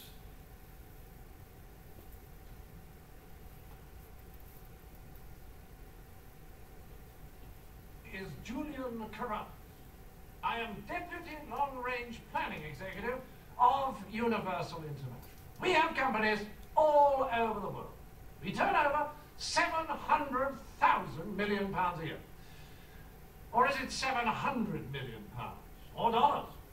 Anyway, something like that. I'm Rita Scroggs of Scroggs Manufacturing. I have a wooden shed in Brixton.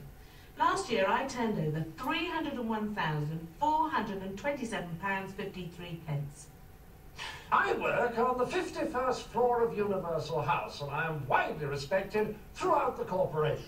I work in a corner of the shed, and my team think I'm a bitch.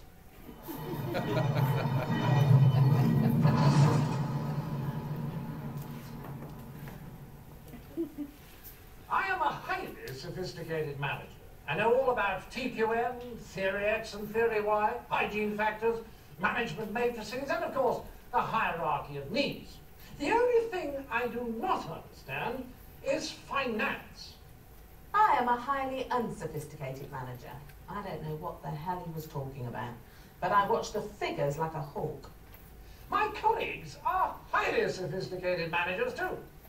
They do not understand finance either.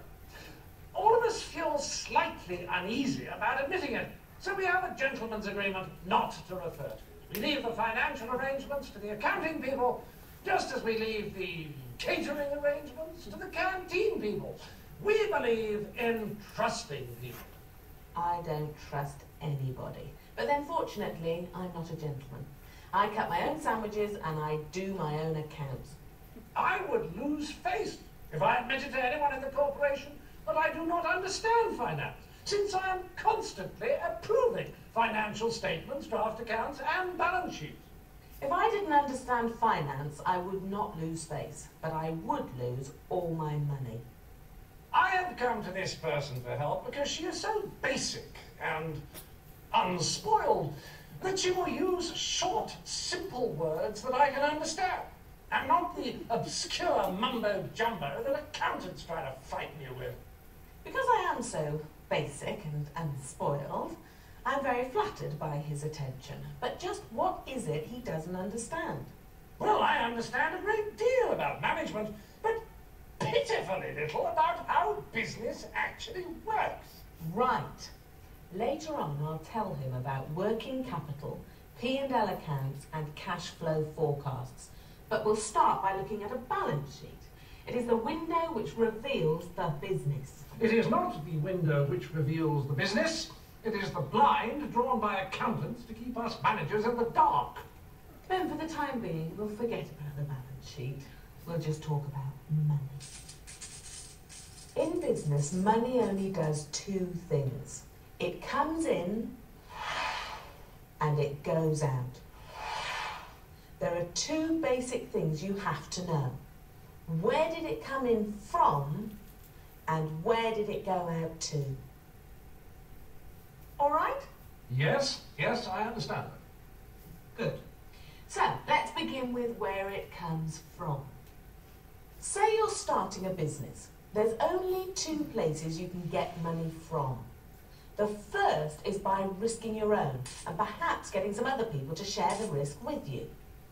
That money is called share capital or the equity, And the shareholders are the owners of the business and share all its profits, or lose all their money. The second way to get money is to borrow it on a long-term basis and pay interest. That's called loan capital.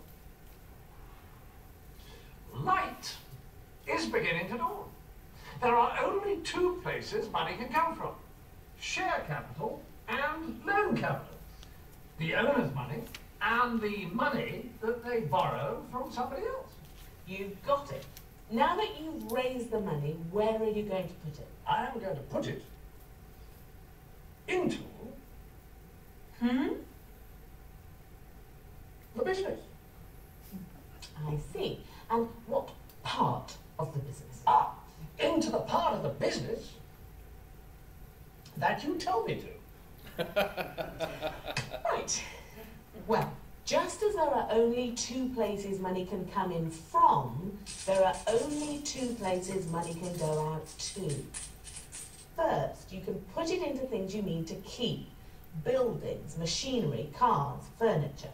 All those are called fixed assets. And second, you can put it into things you need to sell. Raw materials, piece parts, packaging materials, and so on. That money is called working capital. I've heard of that. So, there is the basis of every business. The two places money can come from: share capital, risking your own, and loan capital, borrowing someone else's.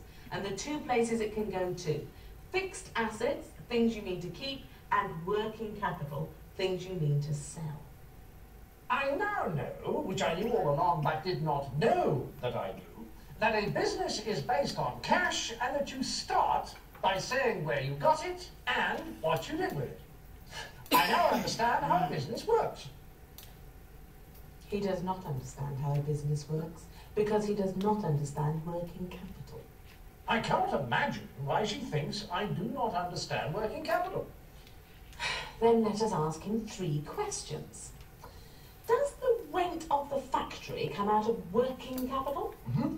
Does bank interest come out of working capital? Mm-hmm. Do wages come out of working capital? Mm-hmm.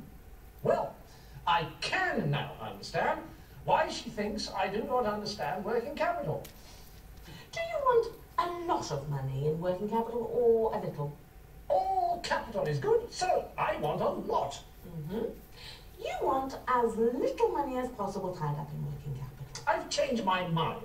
As little as possible. Right, yes, I see that. No, I don't. I do not understand working capital.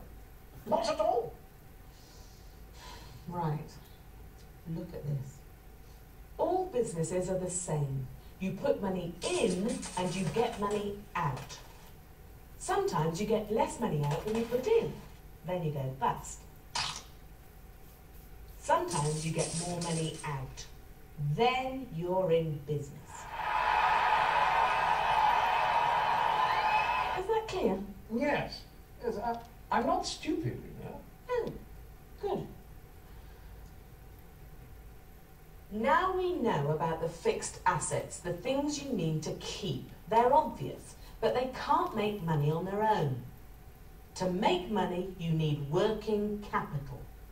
You need it to buy raw materials, and you need it to pay the workforce to turn the raw materials into something you can sell at a profit. You need it to pay the overheads, administrative staff, electricity, rates, insurance, postage, telephone, and all that. Not to mention the interest on the money you borrowed. Then you can start to make money. How? Well, look at Scroggs Manufacturing. I make teaspoons. All I do is spend 60 on 10 kilos of light alloy strip on Monday, change its shape, and sell it for 300 on Friday. I buy another 10 kilos of light alloy strip, I pay the workforce, I pay the overheads, and I put a bit aside. And I keep a bit for myself, right?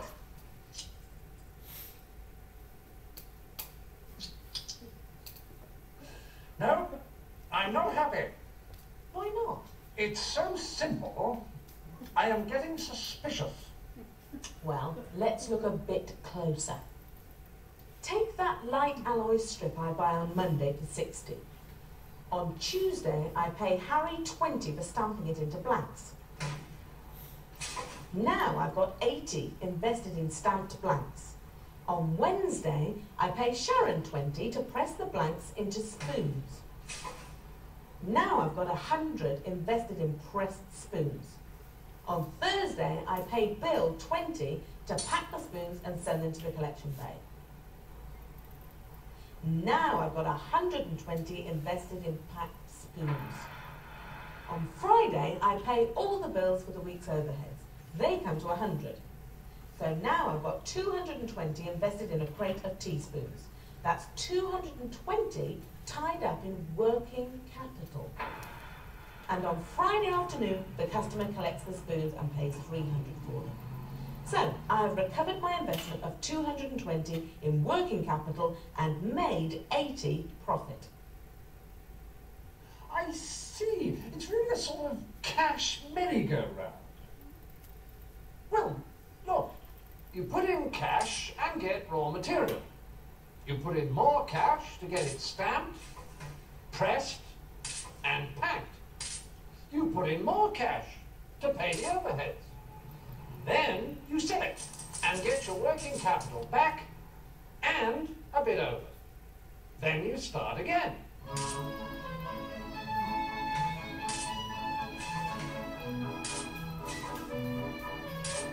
See, cash merry-go-round. For a sophisticated manager, that's quite a sensible statement. Ah, I've got something right.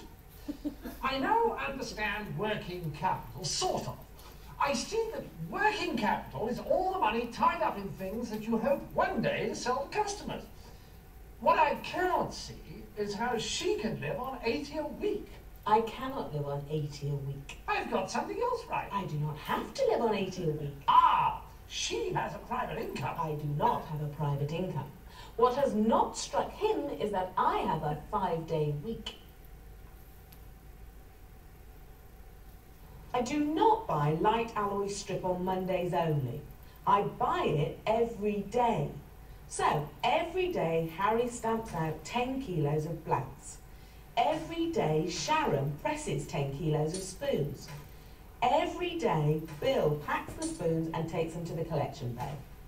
Every day a customer collects the spoons and pays for them. It is a continuous process all through the year. So the cash merry-go-round goes on all the time. Because he is sophisticated, he will now be able to tell me how much I clear a week. This is the sort of problem I'm good at, because I am sophisticated. She clears 80 a day, 5 days a week, so she clears 400 a week. He may be sophisticated, but he's as thick as 2 short planks. He's walked right into my trap. Watch. Ah! Now, you say I clear 400 a week. 400 is correct. Okay. If I spend 60 a day on stripped metal, how much do I spend a week? 300. If I pay Harry 20 a day for blanking, what do I pay him a week? 100. And Sharon for pressing? 100. And Bill for packing? 100. And overheads? 100. So, how much goes out every week? 700. And if I collect 300 on Monday, Tuesday, Wednesday, Thursday and Friday, how much do I collect a week? 5 times 300 is 1,500. So, if I collect 1,500 a week and spend 700 a week, how much do I clear? 800. I have fallen into a trap. I said she cleared 400 a week, but she has proved she clears 800 a week. I do not see how she has done this. But I do see how she can live on 800 a week. I have trapped him because he does not understand about overheads. I have to pay 100 a week overheads, whether I make 1 consignment of teaspoons or 5 consignments. He charged a week's overheads onto every day's consignment, So he put 4 times 100 too much on my costs. But I only pay a week's overheads once a week. I have learned my lesson. I see that overheads don't multiply like materials and labour. She only pays her overheads once a week. So the more consignment she produces each week, the more profit she makes on each consignment, because they divide up the overhead into smaller portions. I now understand working capital. Good. Now that he understands working capital, we can leave the balance sheet. I can now explain the profit and loss account to him. Ah, that's a different thing, is it? Yes. This is going to be a different thing. Yes. The profit. This is rather exciting. Profit. You know, I'm enjoying this more than I'd anticipated. I'd rather imagine. Shut up now. Certainly. Thank you. Now, look at my profit and loss account for 1 week. Start with my income. I sold 5 lots of teaspoons at 300 a time. That brought in 1,500. Income, 1,500. Now look at my expenses. I bought 5 lots of strip metal at 60 a time, so 300 went out on materials. I paid Harry and Sharon 100 each, so 200 went out on manufacturing labour. I paid Bill 100, so 100 went out on distribution labour. I paid out 100 overhead, so I made a trading profit of 800 on the money go round. Then I got 20 on some cash I put on deposit and paid out 20 in interest on my loan capital. So I ended up with a net profit of 800. Now I understand the profit and loss account. But what I do not understand is this. If she's making 800 a week profit, why is she not filthy rich? He does not understand why I am not filthy rich because he does not understand what profit is. I understand perfectly well what profit is. Profit is champagne and caviar and a decent tailor. Profit is not champagne and caviar and a decent tailor. Profit is having a bigger business at the end of the year than you had at the beginning. Profit is what lets the business grow. Working capital makes the business go round, but it can't make it grow bigger. Not unless it makes profit first. Suppose I want to make my exports grow. I send catalogues to a lot of Europe's leading teaspoon buyers. I need extra money. Then suppose I get an export order every week. I have to produce an extra consignment, another 10 kilos of strip metal. I need extra money. Overtime for my people.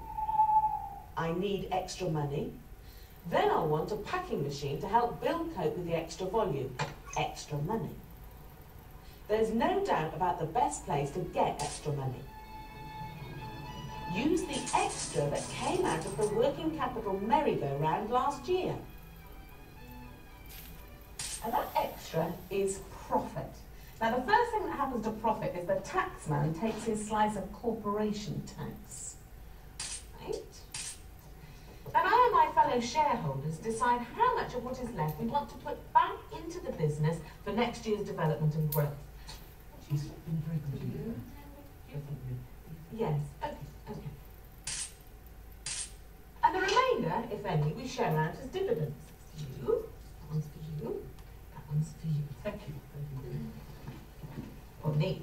And we can spend that on caviar and cigars and a bulging wardrobe of fabulous frocks if we want to.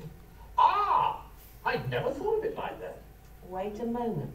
Remember the 2 places money came from? Our own money we risked and the money we borrowed? Yes? Well, once the business makes a profit, there's a 3rd place. The profit we put back into the business.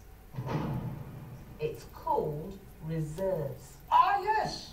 I understand reserves. And reserves are chests full of money stashed away in a bank vault. Reserves are not stashed away in a bank vault, or not necessarily. They could be represented by machinery, or raw materials, or property. Machinery? Machinery can't be reserves. Yes, it can. Well, she's using the word in a very silly and misleading way. Yes, but that's the way it's used. Oh dear, oh dear. Now, please explain reserves very slowly. Right. Reserves is an entry in the in column. It merely states where the money came from money retained in the business. It does not state what the money has been used for, where it has gone to. Ah. Some of it can go to increase fixed assets, like the packing machine for Bill. And some of it can go into working capital, like the extra strip metal and the overtime for Harry and George. And some of it can be put by for a rainy day. You can invest it. Or stash it in a bank vault. If you're very sophisticated, yes. Well, now, let's see if I've got this right. Once the business has got going, there's 3 places you can get money from. Your own, share capital, borrowing, loan capital, and retained profit, reserves. And then there's 3 places it can go to: fixed assets, working capital, that's the old merry-go-round, and investments.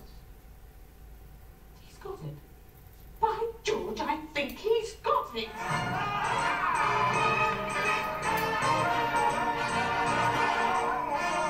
Yes, that's quite enough of that, thank you. Oh. Now at last we can look at a real balance sheet. Well, we can look at a balance sheet, but it will not get us very far because I do not understand that bit over there about current assets and current liabilities. Well, I see his problem. That bit is simply a snapshot of the working capital at a single moment in time. The merry-go-round suddenly frozen. Look, if I stop the factory working, you can see that 60 of my working capital cash has been turned into strip metal. It's just as much of an asset as cash, but in a different form. So I have 60 of assets in raw material. Then I have stamped blanks, 10 kilos of strip metal with 20 of Harry's labour as well, 80, and pressed spoons, 10 kilos of strip metal with 20 of Harry's labour and 20 of Sharon's, 100. That's 180 of assets in work in progress. Then there's a case of spoons packed by Bill and taken to the collection bay. That's 60 of strip, another 60 for 3 people's work, 120, and the week's overhead of 100. That's 220 worth of assets in finished goods. Then there's 300 I owed for a consignment collected last week and 200 I put in the bank yesterday. So there's my current assets. Raw materials 60, work in progress 180, finished goods 220, debtors 300, cash at bank 200, that's 960. Take away the 2 bills I haven't paid yet for 60 and 100, my current liabilities, that's 160 I owe my creditors. So my net working capital at this moment is current assets of 960 less current liabilities of 160, 800. I see. Phew. Now we can look at the complete balance sheet again, and he will explain it to me. I will now explain the balance sheet to her. Will I? Yes. Well, there are only 3 places money can come from. Share capital, which is put in by the shareholders on their own risk. Loan capital, which is money borrowed on a long-term basis. And reserves, which is profit put back into the business. But the money's not there, it's in the business. Then there are only 3 places in business that money can go to. Fixed assets, which are things you mean to keep. Working capital, which are things you mean to sell. The money can be in raw material, work in progress, or finished goods, or in the bank, or people can owe it to you. And you subtract the money you owe other people. And investments, which are savings for a rainy day, or money put in someone else's business. Very good. I got it right. Well, I now understand how business works. He does not understand how business works because there is one thing I still haven't told him. I will prove he doesn't understand by asking him whether he would accept this order.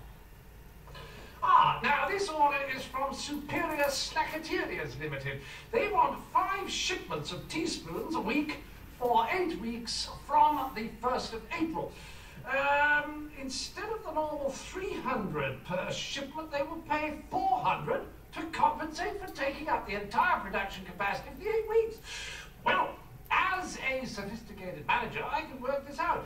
100 a day is 500 extra a week. 500 extra a week for 8 weeks is 4,000. That is an extra profit of 4,000. I will accept this order. He hasn't read the last sentence. The last sentence reads, payable in full by the 30th of September. I will now introduce him to the last of the 3 crucial documents for understanding business finance. I've shown him the profit and loss account, which tells you what happened to your money in the past. That's your financial history book. I have shown him the balance sheet, which tells you where your money is at present. That's your financial snapshot, a picture of the business frozen at a single moment of time. I will now show him the document that tells you where your money will be going in the future. That's your financial crystal ball. It is called the cash flow forecast. But first, I must ask him some more questions. How much a week will it cost to make the spoons for Superior Snackaterias? Well, I think I can answer that. 50 kilos of light alloy strip at 6 per kilo is 300. Next, 20 per day for each of the 3 people is 60 a day. That's 300 a week, making 600 so far.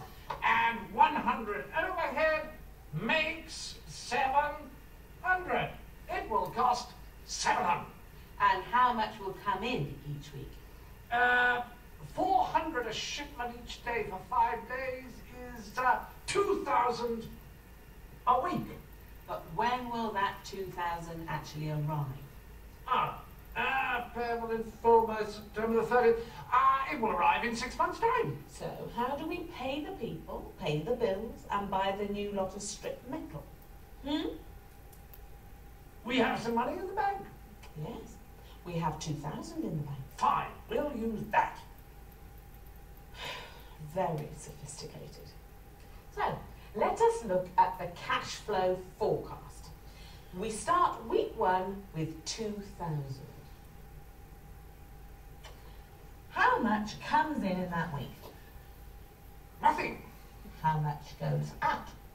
700. Which leaves? 1,300. So we start week 2 with 1,300. How much cash comes in week 2? Nothing. How much goes out?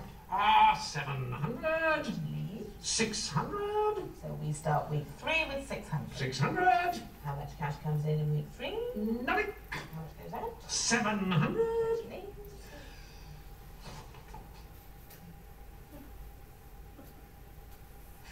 There is no need to go on. I can see where all this is leading because I am a sophisticated manager.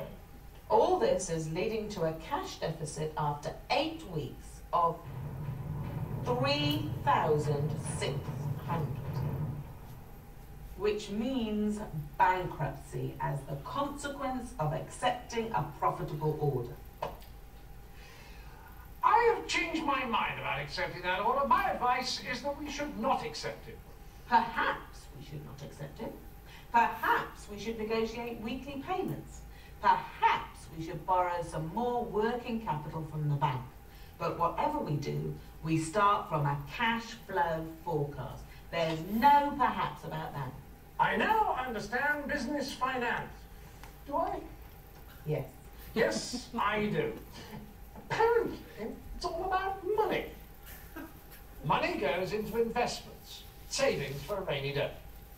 It goes into fixed assets, things you mean to keep. And it goes into working capital, things you mean to sell. Working capital starts with raw materials. It then goes into labour to produce the teaspoons, the goods. It goes into the overhead to pay the bills. Then it goes to the customer, who pays you more money than you put in. The money goes round again, and also you have some profit. Some of the profit goes in tax, some goes into dividends, and the rest goes to making the business grow. I also understand that the more you produce each week, the more profit you make on each order, because you divide up the overhead into smaller portions. I even see that the less you produce each week, the less profit you make on each order, because it has to carry proportionately more of the overhead. I also understand the three crucial documents. The profit and loss account tells me what has happened to my money in the past. The balance sheet tells me where my money is now, and the cash flow forecast tells me where it will be coming from in the future. I am now ready to start my own business. You may be basic and unspoiled, but you have money. Will you come in with me? I may be basic and unspoiled, but I'm not stark, staring sophisticated.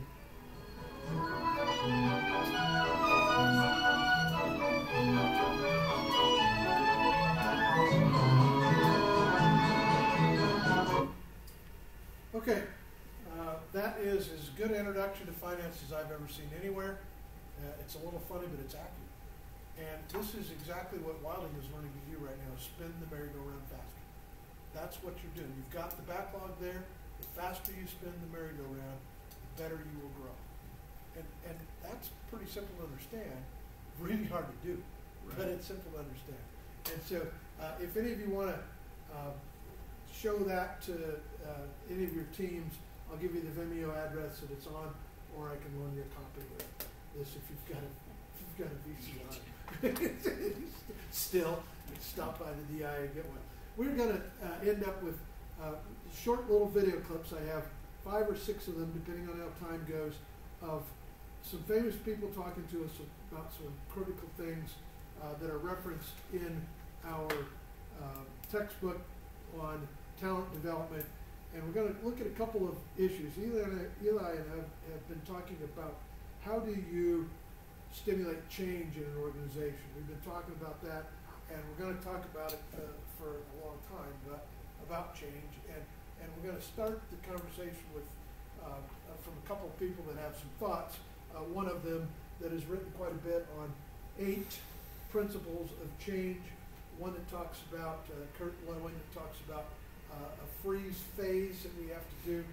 So we'll watch a couple of video clips and discuss them a little bit as we look into change. But first I want to have a couple things on a vision and a strategy. First video, a plan is not a strategy. And this is a class on a course program on strategic management.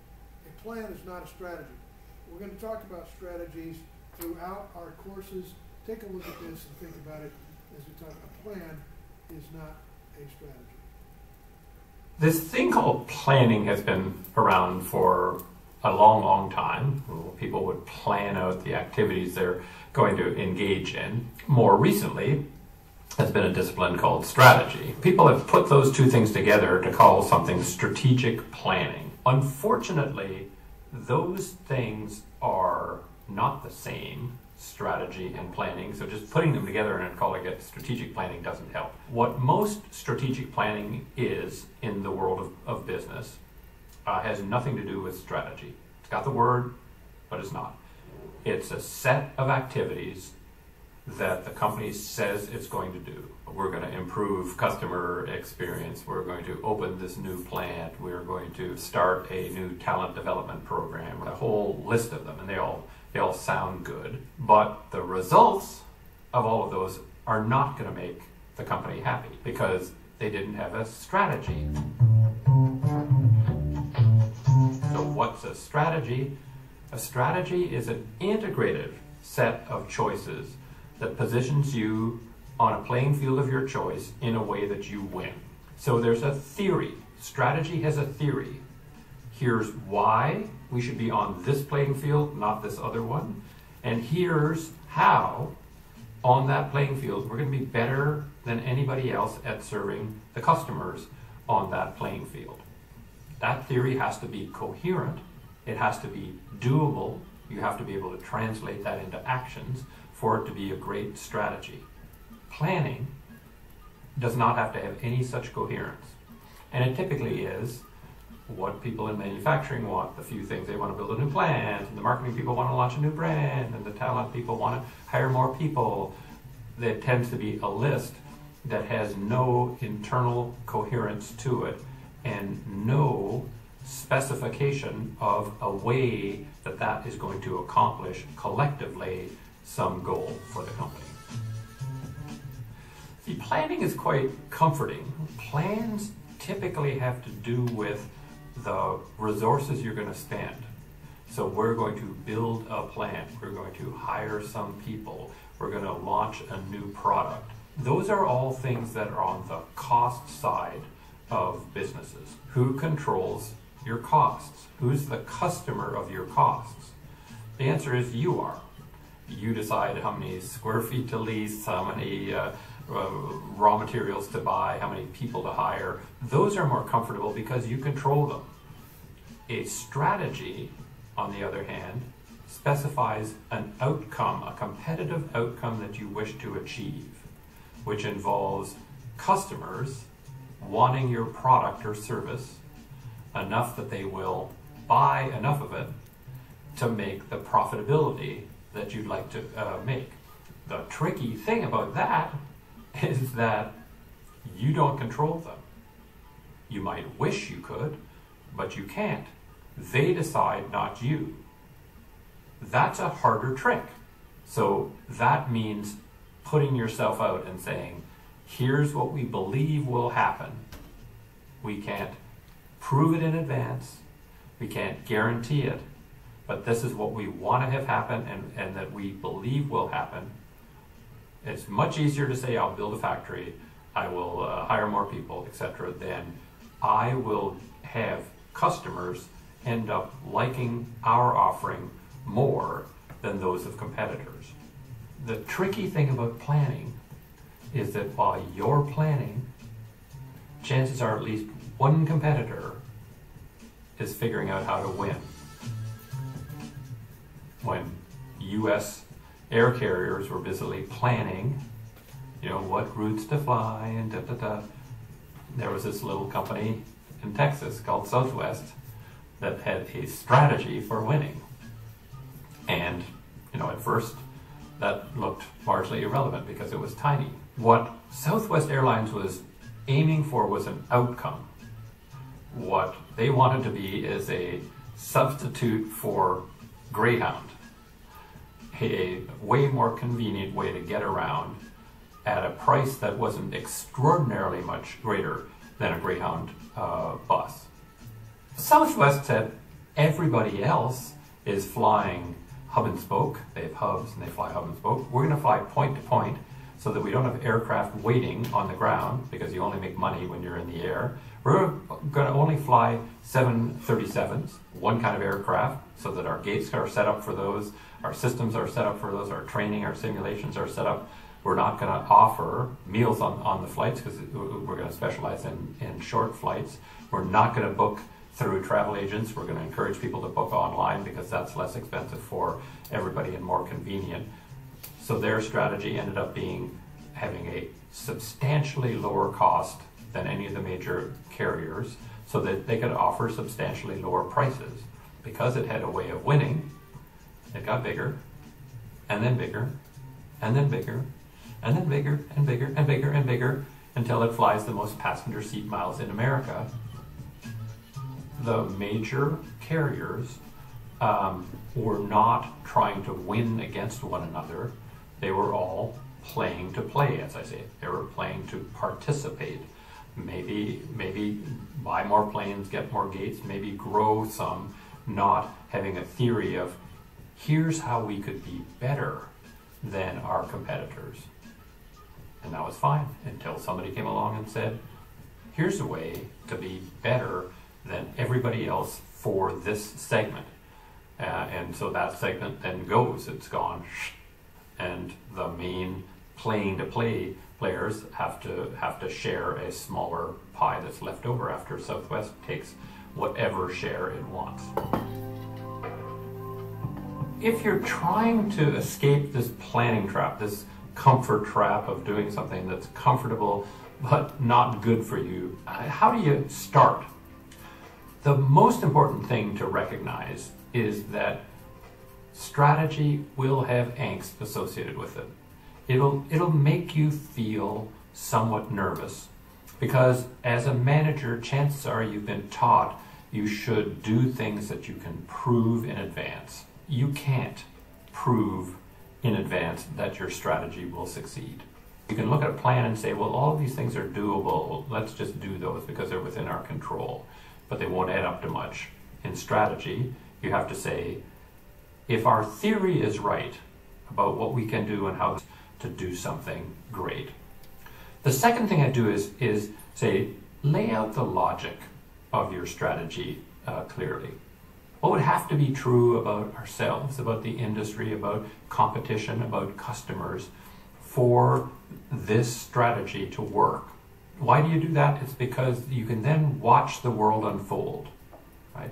And if something that you say is in the logic that would have to be true for this to work is not working out quite the way you hoped, it'll allow you to tweak your strategy. And strategy is a journey. What you want to have is a mechanism for tweaking it, honing it, and refining it so it gets better and better as you go along. Another thing that helps with strategy is not letting it get overcomplicated. It's great if you can write your strategy on a single page. Here's where we're choosing to play. Here's how we're choosing to win. Here are the capabilities we need to have in place. Here are the management systems. And that's why it's going to achieve this goal, this aspiration that we have. Then you lay out the logic, what must be true for that all to work out the way we hope. Go do it and watch and tweak as you go along. That may feel somewhat more worry-making, angst-making than planning, but I would tell you that if you plan, that's a way to guarantee losing. If you do strategy, it gives you the best possible chance of winning. That's important as we talk about strategic management, and we will keep on that topic quite a bit. This is an interesting thought by a different guru, that we talk about strategy, but we don't talk about the timing and the urgency, if you want to call it that.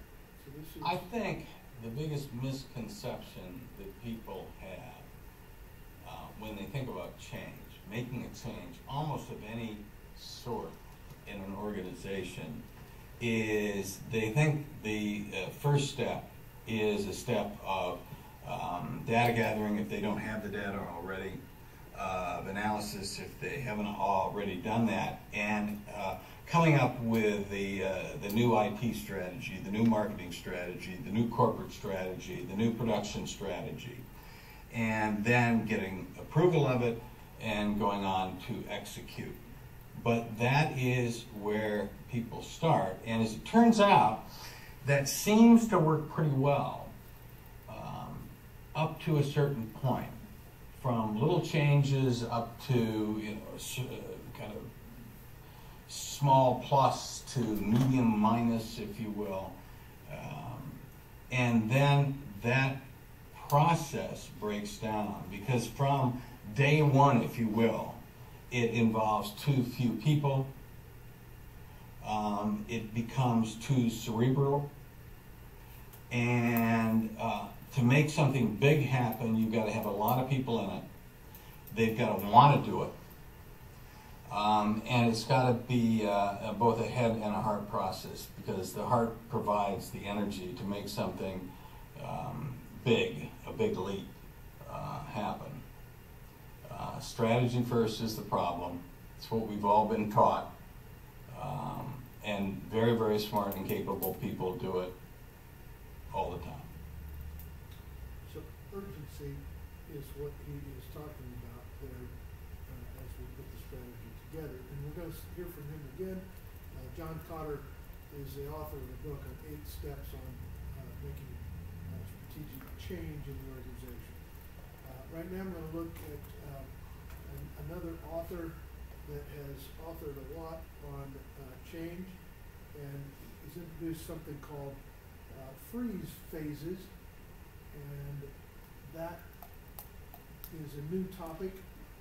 So as we change, we freeze the organization, we implement change, we unfreeze it. And that's kind of a concept that Wilding did as you anticipated a redesign of your production. You didn't call it this, but Kurt Lewin will call it that. Kurt Lewin's freeze phases is one of the models that every change agent and project manager needs to be aware of. Lewin was one of the first people to systematically study how change works, yet his model remains valid. So, a good understanding of Lewin's freeze phases is important for every project manager whose project is likely to create organisational or cultural change. So in this video, we'll answer the question, what are Kurt Lewin's freeze phases?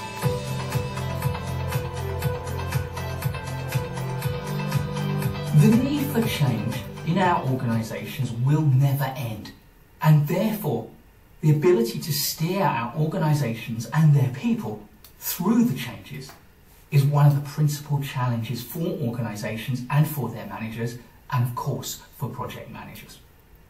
So, what is the process to support people through change? What are the stages they go through, and how do we guide them? This is a question that was addressed by Kurt Lewin, one of the principal psychologists of the 20th century. Among many contributions to our understanding of organisational life, Lewin gives us a 3-stage model of how change works, which has come to be called the freeze phases model. But Lewin's first observation was that we are all subject to a number of forces within our environment. There are driving forces which propel us towards change, and there are restraining forces which hinder our adoption of that change. This gives rise to Lewin's idea of force field analysis. Importantly, the restraining forces consist of 2 types. First, there is our inward resistance to change, which is deep and psychological. And second, there is our more shallow need to conform to the norms of our society and our comfort with the existing norms with which we conform. Before we can change then, we need to overcome these restraining forces. We need to overcome our resistance and our desire to conform with what we believe are the current norms of our organisation or our society. Therefore, Lewin named the first of his phases of change unfreezing, and in the unfreezing stage, we're starting to loosen up these established patterns of behaviour and thought. We are recognising that change has to happen. The way we do this is that we challenge established beliefs, established ideas, even established values, and we start to recognise that there are alternatives. This is not trivial because resistance is powerful. It's almost as if we are wired to resist change, largely because of the comfort we feel in our existing situation and the fear we feel for what is coming. However, the more we're exposed to new ideas and new possibilities, the looser our affiliation to the existing status quo is, and we start to unfreeze.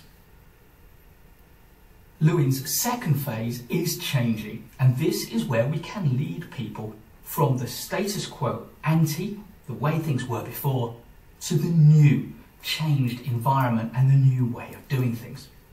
If we're going to guide them well, however, we need to recognise that this is a time of great uncertainty for people. This uncertainty is going to come back in waves causing new levels of resistance. And so it's rarely a simple movement from A to B. What we are more likely to see is levels of commitment that peak and trough. And sometimes people want to move back the way they'd come, other times they're eager to move forward. Strong leadership is vital during the changing phase, because this tendency of people's commitment to go up and down and for the resistance to grab hold of them means that weak leadership will make people susceptible to other influences, which is why we observe that things like gossip and rumour are so powerful in times of change. In the absence of a good, effective and strong leader, people will follow anyone who seems to have an answer for them, even if that answer isn't in the long term good for them. Eventually, however, people will reach a new understanding and they will start to adopt some of the new ways of working. They will be reaching the end of the changing phase and entering the freezing phase, or the refreezing phase, because now we are refreezing them into a new status quo, into a new way of being. During the refreezing phase, people start to understand the new ways of working and they start to look for ways to take advantage. They will settle into it and find their own balance. Of course, for some people, the changes are not good. They will look at the new way of working, they will look at the new situation they find themselves in and recognise that it is not right for them. For those people, the refreezing stage is more about stepping away from the new changed environment into something radically different. They're going to go into a bigger and more fundamental change, possibly leaving the organisation altogether and possibly even changing their whole lifestyle. So Lewin's model is really simple. First of all, we have to unfreeze from the way we did things before, then we have to change to the new way of doing things, and then we have to refreeze by becoming familiar and adopting the new norms of the new ways of doing things. Now, it's important to note that Lewin's use of the term phases suggested to many people that these were 3 static stages in the process. In truth, what's really going on is a continuum, a movement from one thing to another in a fluid way. This perhaps contributed to a diminution of the use of Lewin's freeze phases. It is, after all, around 100 years old as an idea. It's easy to think that Lewin's freeze phases have no more value for us, they've dropped out of use, but it couldn't be farther from the truth.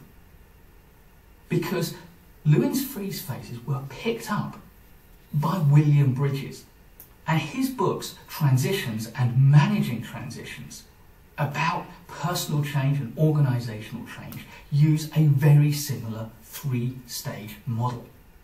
He describes the 3 stages as letting go, neutral zone, and new beginning. And his books are now 40 years old, but receive constant reprints. The newest edition of Transitions, the 40th anniversary edition, is very recent, and a couple of years earlier we saw a new edition of Managing Transitions. So Lewin's ideas are very current. And they're very current because they work. They explain how people transition, they explain the changes that people go through, and therefore they give us good guidance as project managers and leaders of change into how to facilitate the process of organisational change and to take people along the journey. Please do give a Next, I want us to take a look at another author who has written a lot on change and culture development in organization. Peter Senge talks about the 5th discipline. We're not going to go into that in a later class. I hope to talk about that. But he's setting the stage in creative tension as we look at these changes that we want to implement in the culture or in processes in an organization. So we'll spend 5 minutes looking at this, and we'll summarize with John Connor. It's necessary to create a tension in the mind so that individuals can rise from the bondage of myths and half-truths. So must we create that kind of tension in society and will help men rise from the dark depths of prejudice and racism. He's teaching at Harvard. He's on faculty at Harvard, and that's what this is for.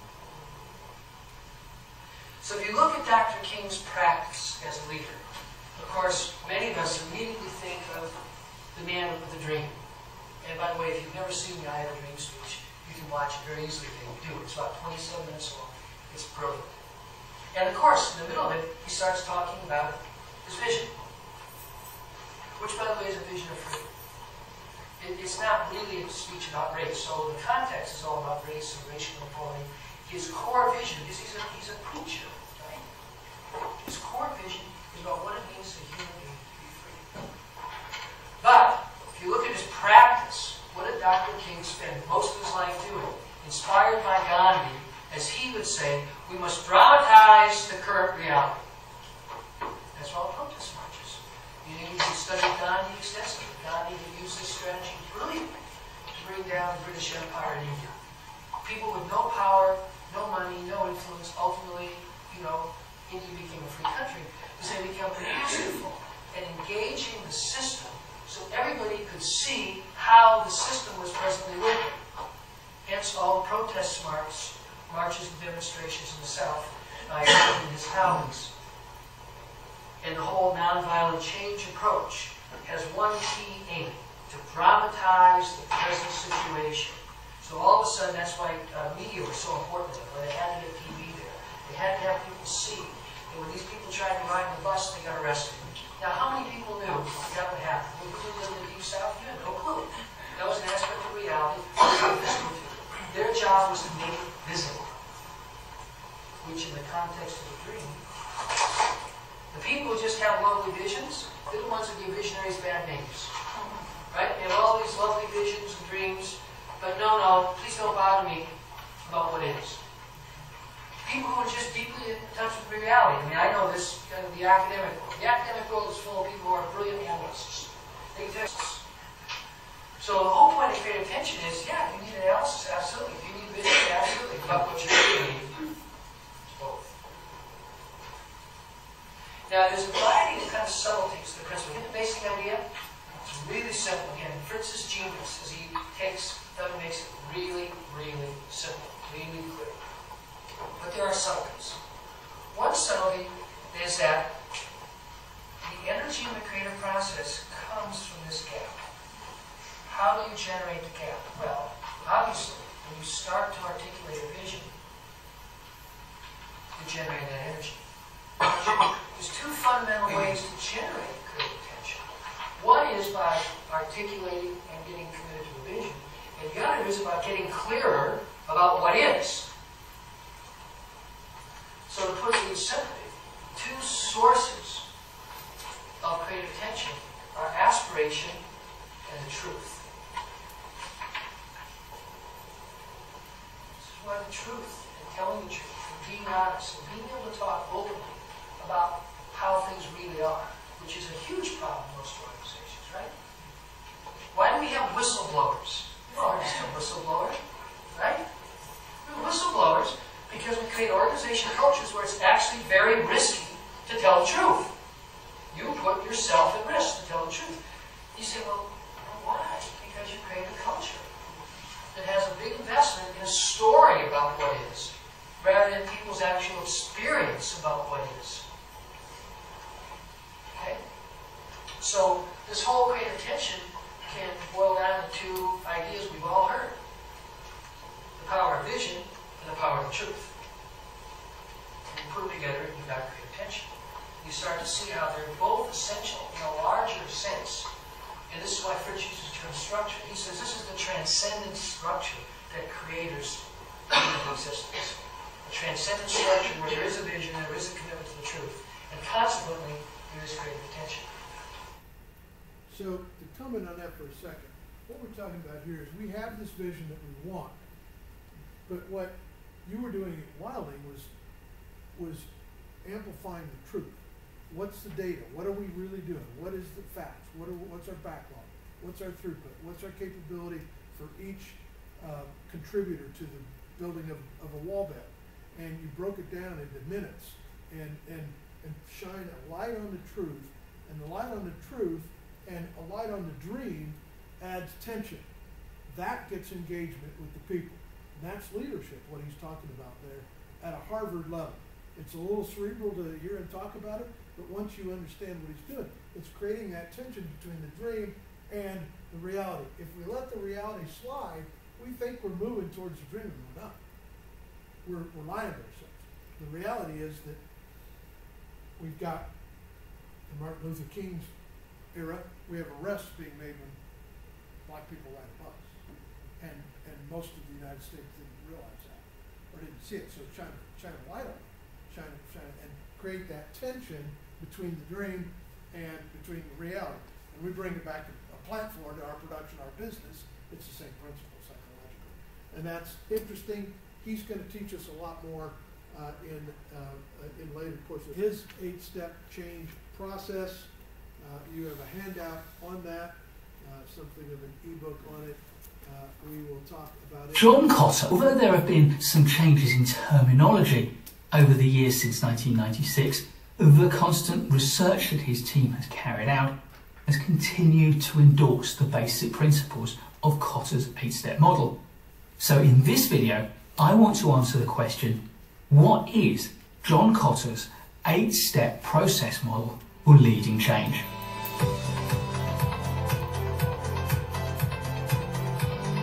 Although I still regularly refer to John Cotter's original leading change, his terminology has changed. So in this video, I will be using the terminology from his more recent 2014 book, Accelerate. So what are the 8 steps? First, we need to create a sense of urgency. Second, build a guiding coalition. And third, form a strategic vision and initiatives. These first 3 steps create the platform for change. Fourth is enlist a volunteer army. Fifth, enable action by removing barriers. And sixth, enable short-term wins. This second set of 3 steps creates an empowered cadre of employees within the organisation. The 7th step is to sustain acceleration, and the 8th step is to institute change. And it's these last 2 steps that really do create the change. So let's look at these 8 steps in a little bit more detail. First, create a sense of urgency. First, we need to ensure that people recognise the need for change. This is for 2 reasons. First, we need to motivate them to start to let go of the past. And secondly, we need to enthuse them to actively participate in the changes that are happening. Whilst fear is a hugely powerful motivator that can get people moving and start to release their grip on the past, it is not sustainable. For a sustainable change program, you also need to craft a highly compelling vision of the future that will draw people forward, rather than push them away from the past and leaving them feeling fearful and perhaps freeze them psychologically. Step 2. Build a guiding coalition. Your guiding coalition is a team that understands the need for change and is committed to taking a leadership role in delivering it. Ideally, you need to form a guiding coalition that spans every dimension of the organisation, every function, every division, every region, and every demographic within your organisation. That way, it will be seen as having legitimacy, as well as having the contacts it needs throughout the organisation to make real progress. Step 3. Form a strategic vision and initiatives. This step combines articulating what you want and putting together a practical plan for how you're going to achieve it. This is work for the guiding coalition or the change leadership team. They need to develop this vision and they need to start to build a plan for how they're going to deliver it. Step 4. Enlist a volunteer army. The Guiding Coalition on its own are not going to be enough people. You need the numbers if you're going to really make the change stick. A volunteer army will be able to share the load, and they will also be able to create the momentum you need to drive change throughout the organisation. This means communicating your vision effectively and harnessing the enthusiasm that you create as you create it to build a movement that is going to drive the change and create the real adoption that you need at the grassroots level. Step 5. Enable action by removing barriers. You need to remove every possible barrier of policy and procedure and unproductive behaviours and mindsets. Organisations often find themselves in a siloed mentality where someone from this part of the organisation can't get things done in another part of the organisation. It's one of the reasons why your Guiding Coalition has to span the whole organisation. But you also need authority from the top to suspend the crazy rules and regulations that will get in the way of making the change really happen. It also means giving real power to your Guiding Coalition. And it means the Guiding Coalition delegating or devolving that power down to their volunteer army. Step 6. Generate short-term wins. Success motivates. It also proves a point. It's hard to say that this won't work if it just has. Look for opportunities to succeed, to create conspicuous successes, and then recognise them, communicate them, and celebrate them so that the rest of the organisation can find out about them. Small targets, quick wins, easy wins, they are important, but they are also seductive. Don't over-focus on them, otherwise they will distract your attention from doing the bigger, more important things. As in all things, balance is vital. Step 7. Sustain acceleration. The need to sustain progress means that you have to pace yourself and pace your team.